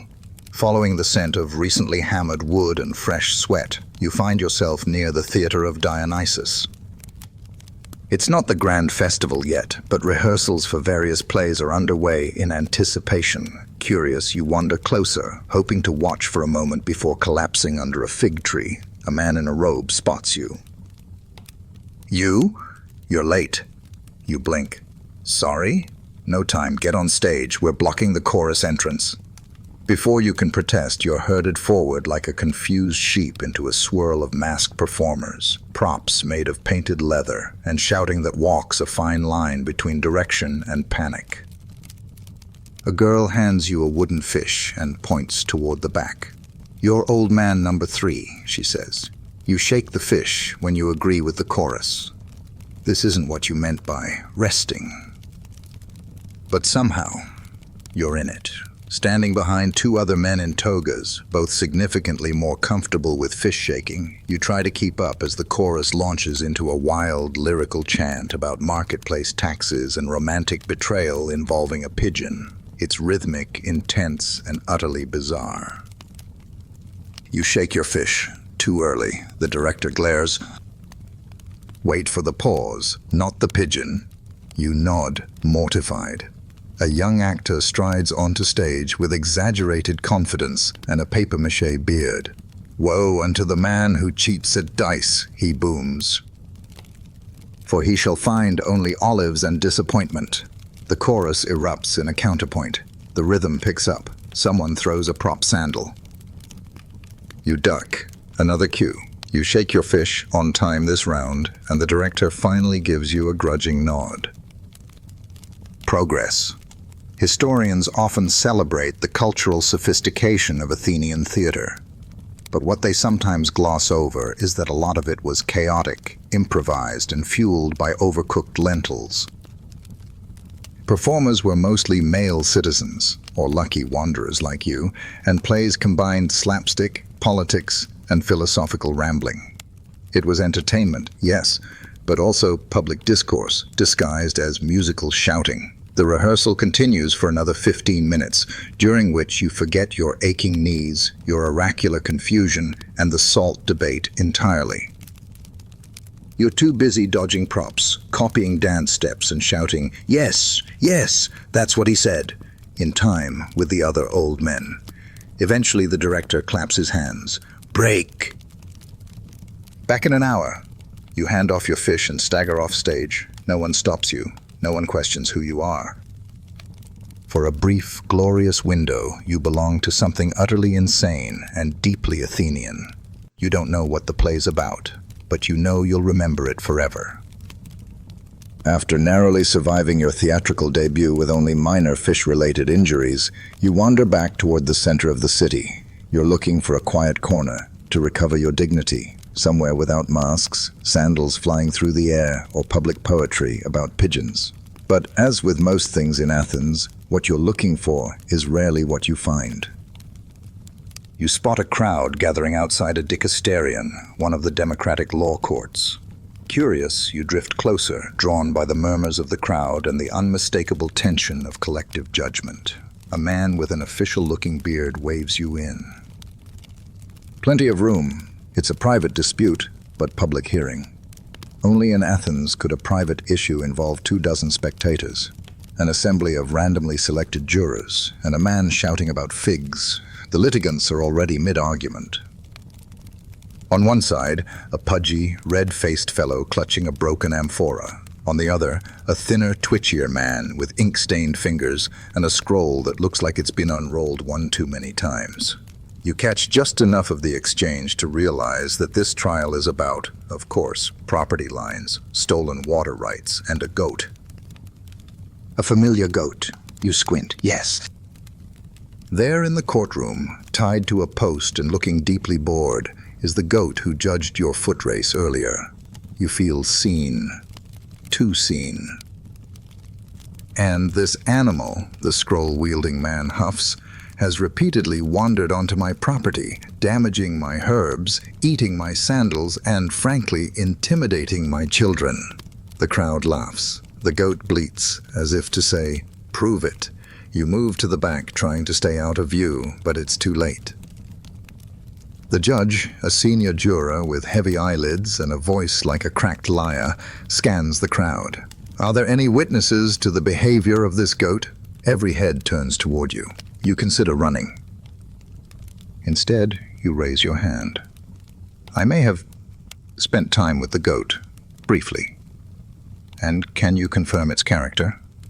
You pause. It is assertive, confident, possibly strategic. There's a ripple of amusement. Even the goat looks smug. What follows is a trial that straddles the line between civic responsibility and surreal performance. Both men deliver impassioned speeches. The amphora owner accuses his neighbor of emotional pottery damage. The scroll writer claims the goat has the spirit of a Peloponnesian warlord. Witnesses are called. Diagrams are drawn in dust with sticks. Historians often emphasize the direct participation of citizens in the Athenian justice system. What they rarely capture is the comedic chaos of small claims disputes and the absolute theatricality of an angry man defending a lemon tree from goat sabotage. Eventually, the jurors vote by dropping bronze discs into urns, one marked guilty, one not. The verdict? The goat goes free. The crowd cheers. The accuser storms off, vowing revenge through more accurate boundary stones. You leave quietly, mentally adding "goat witness" to your growing resume of ridiculous Athenian roles. Somewhere, someone's already arguing about it in verse. And you're starting to understand why, as twilight creeps over Athens again, painting the city in honey-colored shadows and the smell of roasted onions, you find yourself walking without purpose, just letting your feet carry you away from the courtroom, the goat, and your now legendary fish performance. You're not really hungry. You're not exactly clean. But you are profoundly, achingly curious about how this day still isn't over. You pass a group of men lounging near a columned house, drinking diluted wine from terracotta cups and laughing with the kind of ease that suggests they're several cups ahead of you. One of them, a wiry man with a philosopher's beard and a comedian's grin, catches your eye. You there. You look like someone who's had too serious a day. Join us. You're precisely the kind of stranger we need. You hesitate. Why? We're arguing about which is more important, bread or song. Clearly, we need a tiebreaker. You could say no. You probably should, but no is hard in this city where every interaction feels like a doorway into something absurd. So, as has become your custom, you shrug, mutter something non-committal, and follow the laughter into the courtyard. The symposium is already well underway. Cushions line the floor around a low table filled with figs, olives, cheese, and the remains of something that might once have been a chicken. A servant refills everyone's cup with a practiced hand, and a look of quiet pity reserved for men about to discuss the metaphysics of soup. There are maybe 8 guests, students, minor poets, one alleged shipbuilder, and a man who claims to be a professional listener. The host waves you toward a space on the floor. "No one gets to eat unless they speak," he says cheerfully. "That's the rule. So, of course, you speak." "I believe bread is more important," you say, "because you can sing without music, but you can't reason with hunger." There's a pause, then applause, then someone throws a fig at you in triumph. Historians describe symposia as elegant affairs, structured drinking parties where intellectuals pondered great themes. And sure, there's a structure here, in the same way that a goat has 4 legs and an opinion. But what they often miss is how human these events were. Loud, silly, philosophical, chaotic. Wine-fueled logic puzzles next to belly laughs. Witty debates interrupted by someone falling asleep mid-toast. Tonight's topic quickly spirals. Bread becomes a metaphor for war. Song is linked to courtship rituals. Someone references Hesiod. Someone else tries to stand up to demonstrate a dance and promptly sits back down in defeat. And you start to laugh, not just polite chuckles, real, aching, can't believe I'm here laughter. You raise your cup, toast the moment, and watch as a man attempts to rhyme barley with morally in a defense of pastry as a virtue. No one knows your name. No one cares. For tonight, you belong. In a symposium of strangers, all chasing wisdom, wine, and one more bite of goat cheese before sleep steals them away. After your surprisingly successful entrance into the symposium, you settle into the rhythm of the evening. Cup raised, brain humming, conversation circling topics like seagulls around a dropped loaf of bread. Across the table reclines a man introduced only as Timocrates, draped in a robe just disheveled enough to seem casual, with a beard carefully shaped to look accidental, and eyes that study the world like it might someday confess something useful. You've heard of Timocrates before, allegedly taught by someone who once studied under someone who once heard Socrates sneeze. He hasn't said much tonight, just the occasional dry observation and a well-timed smirk, but he has that aura, the kind that makes lesser thinkers lean forward and nod solemnly whether they understand him or not. Emboldened by wine and a rapidly fading sense of caution, you decide to engage. After all, it's not every evening you dine with someone whose frown alone has probably ended at least 3 political careers. You clear your throat and say, "Master Timocrates, your silence tonight has been profound. A true lesson in restraint." A few heads turn. He raises one eyebrow. "Has it?" "Yes," you continue, full of theatrical sincerity, like the stillness of a deep well, suggesting depths unseen. Someone snorts into their wine. You ignore it.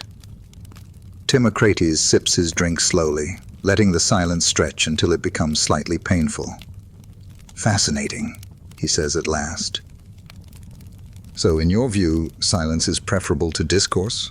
"No, yes, sometimes. But also not always, obviously." Someone coughs, possibly from laughter. Possibly from choking on a fig. Timocrates leans forward. "Then let me ask, if a man remains silent in a room of fools, is he wise or merely tired?"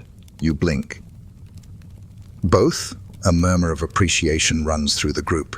You're not sure if it's for your answer or the fact that you're now in philosophical quicksand. He continues, "And if I were to say nothing for the rest of the evening, and you declared me the wisest man here, whose intelligence would be under review, mine or yours?"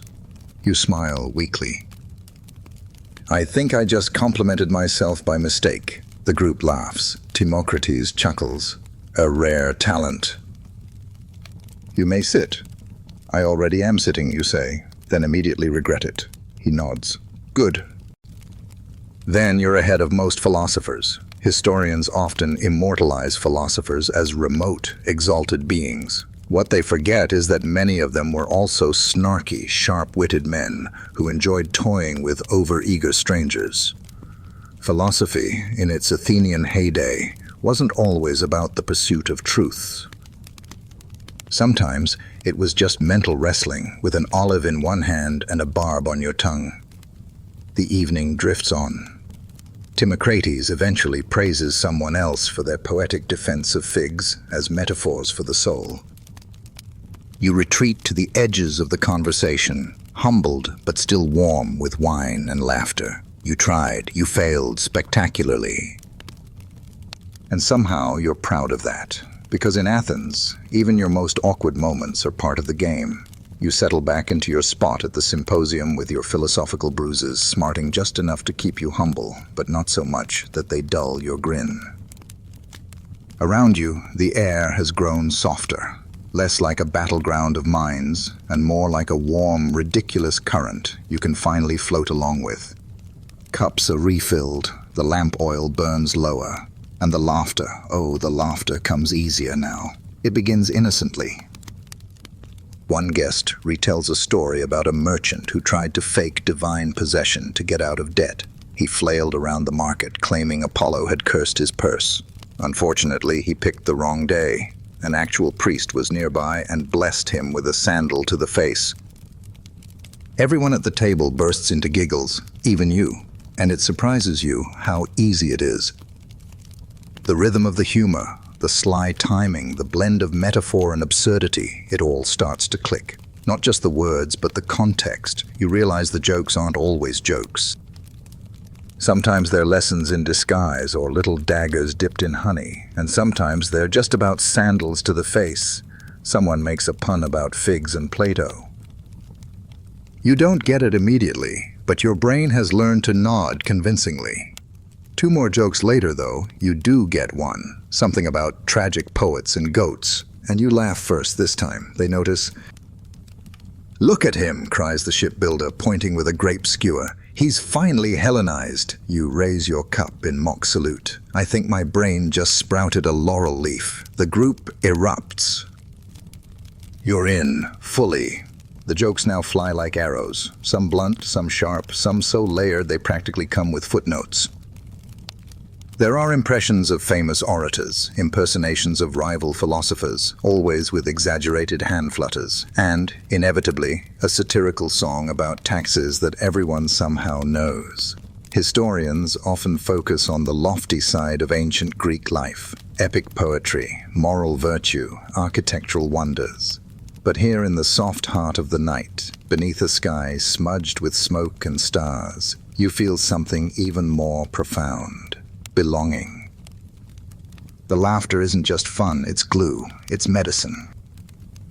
It's the music of minds relaxing together. You even make a joke yourself, nothing elaborate, just a quip about a man who tried to seduce a priestess by quoting Thales and got mistaken for a tax collector. The group howls. Someone pounds the floor. Timocrates, your former intellectual adversary, raises an eyebrow and says, "A promising start." Your ears burn with pride. It's not just that you're understanding their jokes.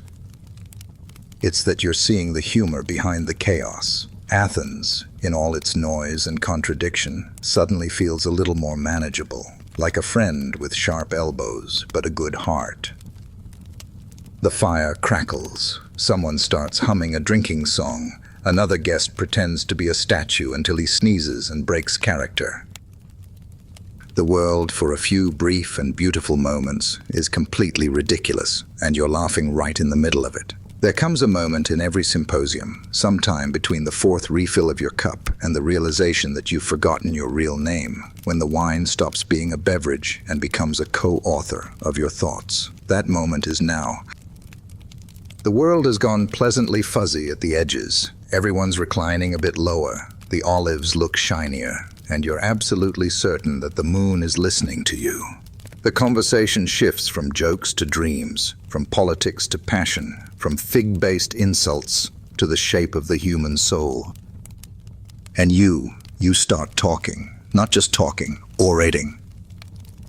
Your voice is slower now, deliberate, like someone reading prophecy off the surface of a stirred stew. The words don't just leave your mouth, they glide, float, sometimes even twirl. You compare laughter to river stones. You say something about the geometry of longing, and even you aren't sure what it means, but it sounds profound, and someone nods like you just solved an ethical riddle. Bread, you declare, is the body's promise to not give up. There is a beat of silence, then wild applause. You keep going. Why not? You're on fire. You reference Apollo without context. You describe someone's beard as a constellation of soft thorns. You quote a poet you may or may not have invented just now, possibly named Philostratus, the slightly melancholy. Timocrates tilts his head and murmurs, "Not terrible." It's the highest praise you've received all day. This, you realize, is what symposia are truly about. It's not just wine and food and public nap attempts. It's about becoming someone else for a while, a more poetic version of yourself, suspended in the soft candle glow of shared humanity. In this circle, you are no longer the outsider stumbling through Athens. You're a voice among voices, a verse in the ever-expanding scroll of conversation. Historians tell us that the symposium was where politics were born and philosophy was sharpened. But they rarely capture this bit, the wine-sweetened moment when ordinary people started to believe their thoughts could be beautiful. When metaphor wasn't pretentious but generous, a gift passed from cup to cup. Someone hands you a lyre. You have never played a lyre. You strum it anyway. It sounds like an old door, but you nod solemnly as if it were deliberate. You sing something about stars trapped in olive jars. Someone harmonizes. A few guests start clapping rhythmically, offbeat but enthusiastic. By now, the symposium has become less of a gathering and more of a shared dream. People murmur, nap, lean on each other, recite from memory. One man is curled up with a wine jug like it's his long-lost brother. You recline against a cushion and let the verse flow one last time. "Tonight," you whisper, "we are gods with hangovers waiting to happen." No one argues. The wine has done its work. You have spoken like a poet, and for once, you almost believe it yourself. Dawn does not arrive in Athens so much as it ambushes you. There's no gentle glow or whispered breeze to wake you. No. Morning punches through your eyelids like a hoplite with something to prove. You awaken on a floor you don't recognize, wrapped in a tunic that may or may not be yours, with the distinct taste of vinegar, olives, and hubris on your tongue. Your head pulses like it's being used as a war drum in a children's reenactment of the Battle of Marathon. Your mouth is dry, your limbs stiff, and your memories foggy, but you do recall speaking in metaphors and possibly comparing the moon to your long-lost aunt. You groan. Around you, symposium guests lie scattered like philosophical driftwood. One is still holding a lyre, another is curled up with an amphora, whispering sweet nothings to it. Timocrates, miraculously alert, sips water from a clay cup and eyes you with the smug serenity of someone who never drinks past polite intoxication. "You survived," he says, "though only just." You grunt. "What time is it?" "Not time for anything good," he replies, handing you a stale barley biscuit with the air of a physician administering medicine. You sit up slowly, each vertebra protesting like a dock worker with a bad contract. Outside, the streets are already busy. Merchants shouting, sandals slapping stone, goats bleating. The city is awake, and far too loud for someone who just spent the night debating the ethics of soup. Athenians didn't have a word for hangover quite like ours, but make no mistake, they understood it. They had remedies. Cabbage broth, more wine, the logic of which you now question, or sometimes just hiding in the shade and praying to Dionysus for forgiveness. You, meanwhile, have business to attend to, if business means slowly re-entering society without anyone noticing the grape stain on your tunic. You stumble outside into the sun. It greets you like a hammer. Everything's too bright, too fast, too real. Your body begs for a cot and a cool room, but Athens waits for no one, least of all poet drunks with a newfound appreciation for metaphors. Historians often glamorize ancient Greek mornings, early risers heading to market, philosophers pacing while pondering eternal truths, bakers pulling golden loaves from clay ovens. But those historians were not writing with a mouth full of regret and questionable cheese residue. You shuffle toward a fountain and splash your face. Cold relief, momentary clarity. Someone nearby is already arguing about something. Land taxes, it sounds like. You ignore it. A boy chases a chicken past your feet. You ignore that too. Your stomach growls, your knees wobble, and you swear the goat from the courtroom just winked at you from a vegetable store. You lean on a column and sigh. Athens broke you again, but it did it with such charm you almost forgive it. Almost. And the day is just beginning. You've decided you cannot survive this day without a nap. Not a polite philosophical nap, mind you. One of those desperate, limbs flung across stone bench, open-mouthed, please just let the earth swallow me, naps. Your goal is simple. Find a spot away from crowds, goats, or philosophers, and slip into temporary unconsciousness. You recall a public garden near the base of the Acropolis, officially meant for quiet reflection and unofficially used by sleepy bakers, grumpy poets, and lovers hiding from responsibility. It sounds ideal. You shuffle there with the determination of a man seeking truth and shade.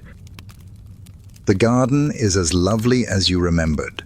Winding paths, scrubby olive trees, flowering shrubs with names you can't recall, and the hum of bees going about their honest business. You choose a modest bench beneath a fig tree and sink down with a groan that startles a nearby tortoise. You tuck your arm beneath your head and close your eyes. Finally, peace, the scent of dust and crushed time in the air. A breeze, gentle and forgiving. You begin to drift, but Athens is not a city that lets you drift. First, a small child appears. You sense them before you hear them, tiny footsteps, then a sticky finger poking your cheek. Mister, are you dead? You open one eye. Not yet. They giggle and scamper away. You attempt to resume your nap. Next comes a pair of elderly women, deep in conversation and louder than necessary. They stop right next to your bench to debate which of their neighbors is hoarding lentils. You try to focus on sleep, but the phrase, "her stew has been suspiciously thick lately," loops in your brain like a cursed chant. Still you persist.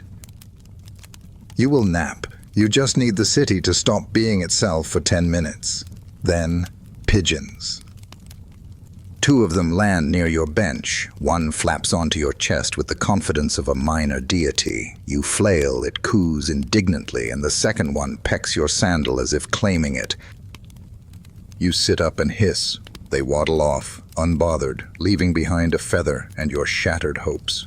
You change location, crawling beneath a laurel tree this time. The shade is better. You curl in on yourself like a wounded philosophical concept and close your eyes. Again. This time, a man with a scroll sits nearby and begins to loudly rehearse a play. Aloud, with voices, including an extremely nasal impersonation of a Spartan general. You don't scream. You simply stand, adjust your tunic, and accept that napping in public in Athens is a fool's errand. Historians may wax poetic about the peaceful nature of ancient gardens, but they clearly never attempted to nap in one. These places are less sanctuaries and more stages for life's most inconvenient performances. You trudge back toward the street, your exhaustion now spiritual. Maybe you'll find peace in motion, or in food, or maybe, just maybe, in a quiet alley with no feet, no feathers, and no opinions. At this point, even a barrel sounds tempting. Still foggy from failed naps and philosophical whiplash, you wander the alleys of Athens hoping to stumble upon either a miracle or a nap-worthy barrel. Instead, you find an older man in a bright blue chiton shouting something about needing urgent help with civic matters. You make the mistake of making eye contact. "You there," he calls. "You look responsible and desperate. Perfect." You raise a hand. Wait. Desperate. but it's too late. He grabs your arm and drags you down a narrow street toward a bustling square. The jurors are late. My nephew's sick. The city needs you. The city needs you? You don't resist. Because when Athens calls, apparently you answer, even if you have no clue what's happening. Moments later, you're handed a small wooden tablet and a stylus. A group of citizens begin approaching you one by one, each handing you tiny bronze tokens and stating their name. Your job, it seems, is to record something. Probably attendance or votes. Or goat census data? You're too sleep-deprived to ask. You scribble dutifully, trying to copy what the person before you did. The old man nods approvingly from afar, then vanishes into the crowd like a bureaucratic wizard. You are left to handle whatever this is. People keep coming. Names grow longer. Someone insists on spelling theirs with the accent over the second row. You pretend to understand. One woman tries to bribe you with figs to write her name twice. A boy hands you his pebble and then just stands there staring like you'll solve his childhood. You scribble, you smile. You guess. A man in robes saunters over and peers at your tablet. You're not one of the regular clerks. You cough. Special assignment. He squints. From which team? You panic. The Southern Olive District. There is no Southern Olive District. You both know this. He smirks. Newly formed? You nod confidently. As of today. He chuckles and walks off. Somehow, you're still employed. Historians often sing praises of Athens' democratic machinery, how the people govern themselves through jury service, direct voting, and civic participation. What they leave out is that sometimes these systems ran on sleep-deprived strangers who were handed tablets and told, just look busy. You develop a rhythm. Token, name, scribble. Token, name, scribble. One man shouts his name and then coughs for a full minute. You jot down, loud Theophrastus. It feels right. Eventually the real clerk shows up, younger and cleaner and very confused. Who are you? You hand him the tablet, bow slightly, and walk away with the air of a man who has done something, anything useful. The confusion you leave behind is not your problem. Athens may have broken your body, bruised your pride, and sabotaged your nap, but today you were a civil servant. And no one can take that away from you. Probably. The sun has begun its slow descent over Athens, softening the city's edges with gold and shadows. You walk with the cautious pride of someone who survived an unpaid civic job they didn't ask for and probably didn't do correctly. But you're upright, breathing. And miraculously not covered in goat fur, amphora shards, or ancient fish juice. Today has been a win. You decide to take the long way back toward wherever you're staying. Your path meanders past vendors packing up their goods, the rattle of cartwheels on stone, and the occasional stray dog who gives you a look that suggests you're the stray here. That's when you hear it. A clear voice, slightly theatrical, rising above the murmurs of the street. And lo, the outsider walked into our midst like a sleep-deprived Hermes, clumsy, confused, and coated in metaphor. You freeze. Is that about you? You follow the voice. Around the corner is a small crowd gathered outside a wine shop. In front of them, standing on an overturned crate, is a man in a faded cloak, reciting with the flair of a street poet and the gusto of someone who's definitely had several cups already. First, he raced a goat, the man proclaims, then argued about salt with men who've never cooked. He joined the theater, shook a fish, judged a trial, and praised figs with strangers. And later, oh yes, later, he became a poet with a lyre tuned to chaos and grape juice. Your mouth drops open. The crowd laughs. Some nod in recognition. You approach cautiously, unsure whether to interrupt. The performer doesn't notice you yet. He napped among tortoises and gossip. He stumbled through bureaucracy, and now he walks these streets wondering if he dreamed Athens, or if Athens dreamed him. Polite applause. A fig is tossed in appreciation. The speaker bows dramatically, and then his eyes land on you. A slow smile spreads across his face. Ah, the muse appears. The crowd turns. Some clap, others bow in jest. A woman calls, "Recite something, stranger." You raise your hands. "I'm not a poet. I barely remember my own name right now." The performer chuckles. "Then let us remember it for you." He hops down from his crate and offers a hand. Euenos, I listen, I watch. I retell what deserves retelling, and you, my friend, have had a day worth the chorus. You shake his hand, dazed. "How do you know all that?" He shrugs. Athens whispers. Historians might say oral storytelling was vital to Greek culture. That news, gossip, and great deeds passed from lips to lyres faster than scrolls ever could. What they don't capture is how weird it feels to hear your own life turned into impromptu verse within 24 hours. You walk away smiling. Athens is many things.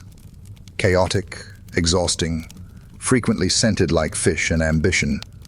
But it remembers. Even if all you did was survive the day, someone might just turn it into poetry. And somehow that makes it all feel worth it. The sun has all but disappeared, and the streets are cloaked in the muted glow of oil lamps, flickering in alcoves and shop windows. You're not walking anymore. You're floating, drifting through Athens like a leaf after a storm, half delirious with fatigue, and full to the brim with memories you're not entirely convinced are real. Your feet lead you uphill toward the edge of the agora, past pottery stalls now closed, past the smell of extinguished hearth fires and a whisper of salted bread from some unseen baker starting the night shift. Your body begs you to lie down. Anywhere. A fountain. A doorway. A wagon full of straw. It no longer matters. And then, almost miraculously, you spot it. Tucked between two narrow homes is a tiny guest courtyard, barely more than a square of packed earth, a chipped bench, and a canopy of grapevines strung from one crooked beam to another. A ceramic lantern glows beside a doorway. An old woman in a layered linen shawl tends to a clay stove. She looks up and smiles as if she's been expecting you. "Looking for sleep?" she asks. You nod, desperately. She gestures to the bench, "Then lie down." But be warned, strange dreams gather in this place. That should be a red flag. It feels like a warning stitched onto an old scroll. But instead, you smile, whisper thanks, and collapse onto the bench. The wood creaks, but doesn't break.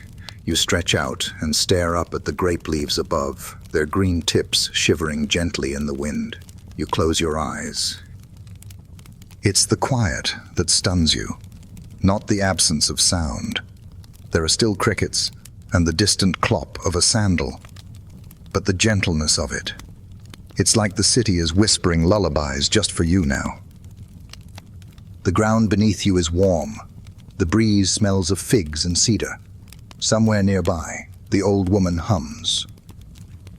Historians talk about Xenia, the ancient Greek code of hospitality, how strangers were welcomed and cared for as honored guests, even by those with little to spare. But what they don't always mention is how unexpected these moments felt. How, just when you believed you'd run out of kindness in the world, Athens would offer it to you in the form of a bench and a song carried on wind. Your breath slows. Your thoughts, once tangled like threads from a torn tunic, begin to settle.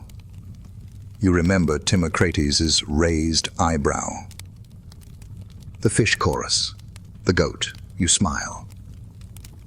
And for the first time all day, maybe all trip, you let go.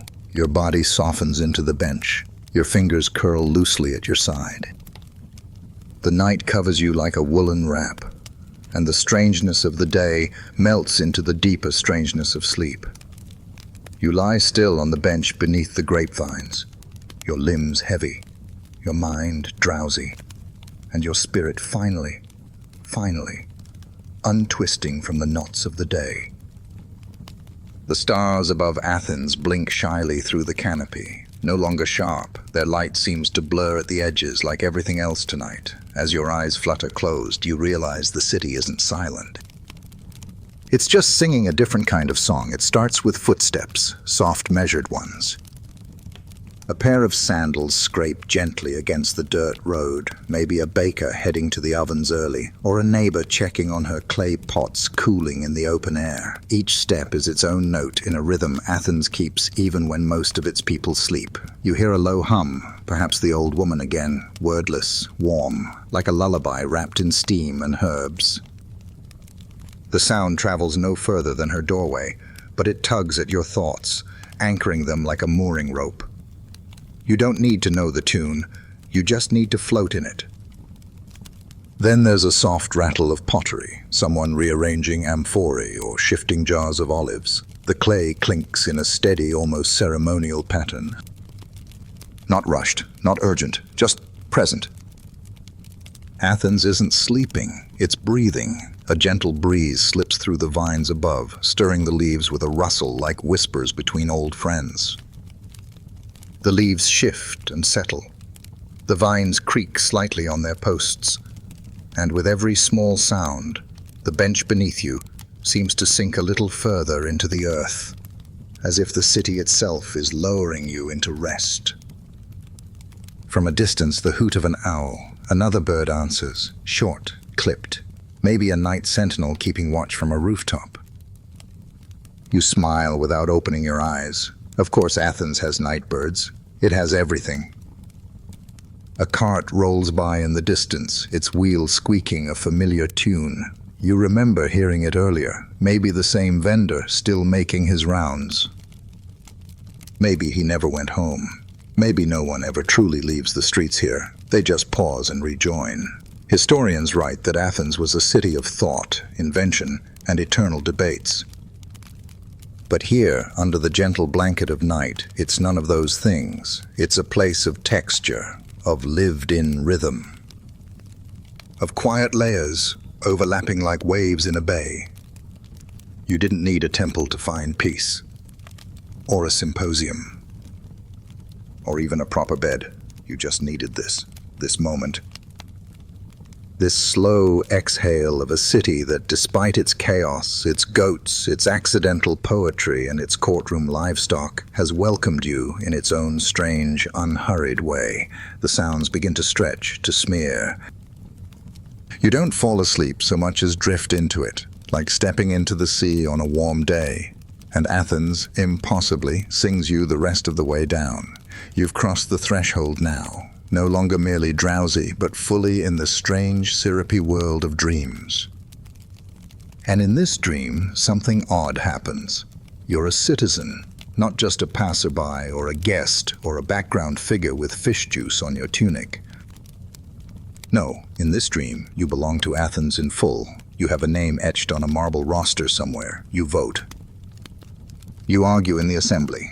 People know you. Not because you're new or lost or a charming disaster, but because you've always been here. It starts with a row, not your rumpled traveler's garb, but a freshly bleached chiton. It flows from your shoulders like confidence itself.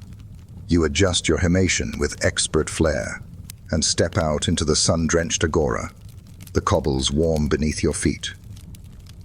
A few men nod to you. One claps your back and calls you strategos. You don't know what battle you led, but apparently it went well.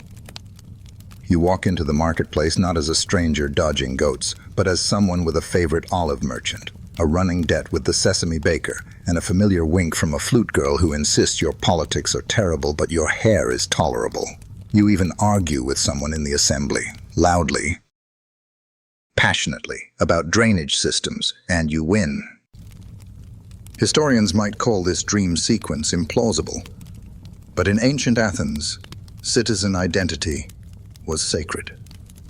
It meant freedom, voice, belonging. In your dream, you feel it all. The pride, the responsibility, the absolute hilarity of being asked to supervise the city's new well, because you once made a clever joke about buckets. You dine with poets, but now you hold court. You speak, and others lean in, eager for your take on fig tariffs or the metaphorical resonance of goats in tragedy. You're not pretending anymore. In this world, you're fluent, grounded, whole. You pass through the streets not as a guest, but as a thread in the fabric. Children wave. Elders ask your advice. The olive press manager gives you a nod of approval and says your speech yesterday almost didn't stink. And at no point do you run from goats. A first, but dreams are gentle liars. And eventually, the world begins to ripple. The chitin shortens. The marble pillars blur. The voices grow misty, like waves crashing on parchment. Someone offers you a cup, but it's empty. You look around and realize your dream self doesn't actually know the way home. And then you remember, you're not a citizen, not really. You're a visitor who got lost, got laughed at, got lectured, and somehow found a home for a little while anyway. As your dream self fades, you don't feel sorrow, you feel gratitude.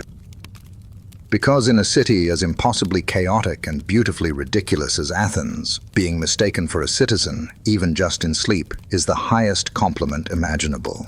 The dream fades, not in a jarring way.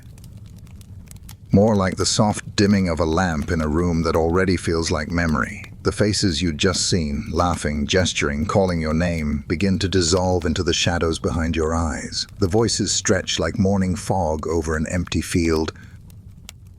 You're no longer in the agora or standing triumphantly before a jury of peers. You're simply lying down again, back beneath the grapevines. Back on the rough wooden bench. The sky above is a deeper black now, the kind that folds around the stars and hushes everything it touches. One lone lantern still burns beside the doorway of the little courtyard, its glow flickering against the ceramic wall like it's whispering a lullaby in candlelight. You watch the flame dance. It's unhurried, steady. You don't think about time or tasks or ancient debates. There is no ambition left to stir, no cleverness to perform. Just the gentle, almost sacred act of sinking. Your breath slows in, out. Each inhale is a thread drawn gently through the weave of the night. Each exhale, a release of something you didn't realize you'd been carrying. Worry, awe, embarrassment, fig crumbs. And now you let it go. You let everything go, the goat trial. The philosopher's smirk, the clumsy poetry, the crowd that laughed with you, and occasionally at you. All of it now drifts to the edge of your thoughts, like objects bobbing on a tide that's retreating quietly toward the horizon. Historians may measure Athens in stones and speeches, in battles and laws, but lying here now, wrapped in the warm breath of a sleeping city, you know that's only part of the truth. Athens, in its truest form, is found in its rhythms, the clink of pottery, the hum of strangers becoming friends, the rough edge of comedy scraping against philosophy. And in nights like this, tucked into a courtyard built by hands long gone, you become part of that rhythm. You shift slightly, the bench creaking in response like a closing book. The last light sputters gently. You watch it flicker. Once, twice, then it goes out. And in the darkness, you feel no fear, only stillness, peace, the soft embrace of everything winding down. You smile, just barely, because somehow, impossibly, you made it through a full day in ancient Athens. Bruised, bewildered, and maybe just a little better for it. And now, with the story fully told, you let the city cradle you. You sleep.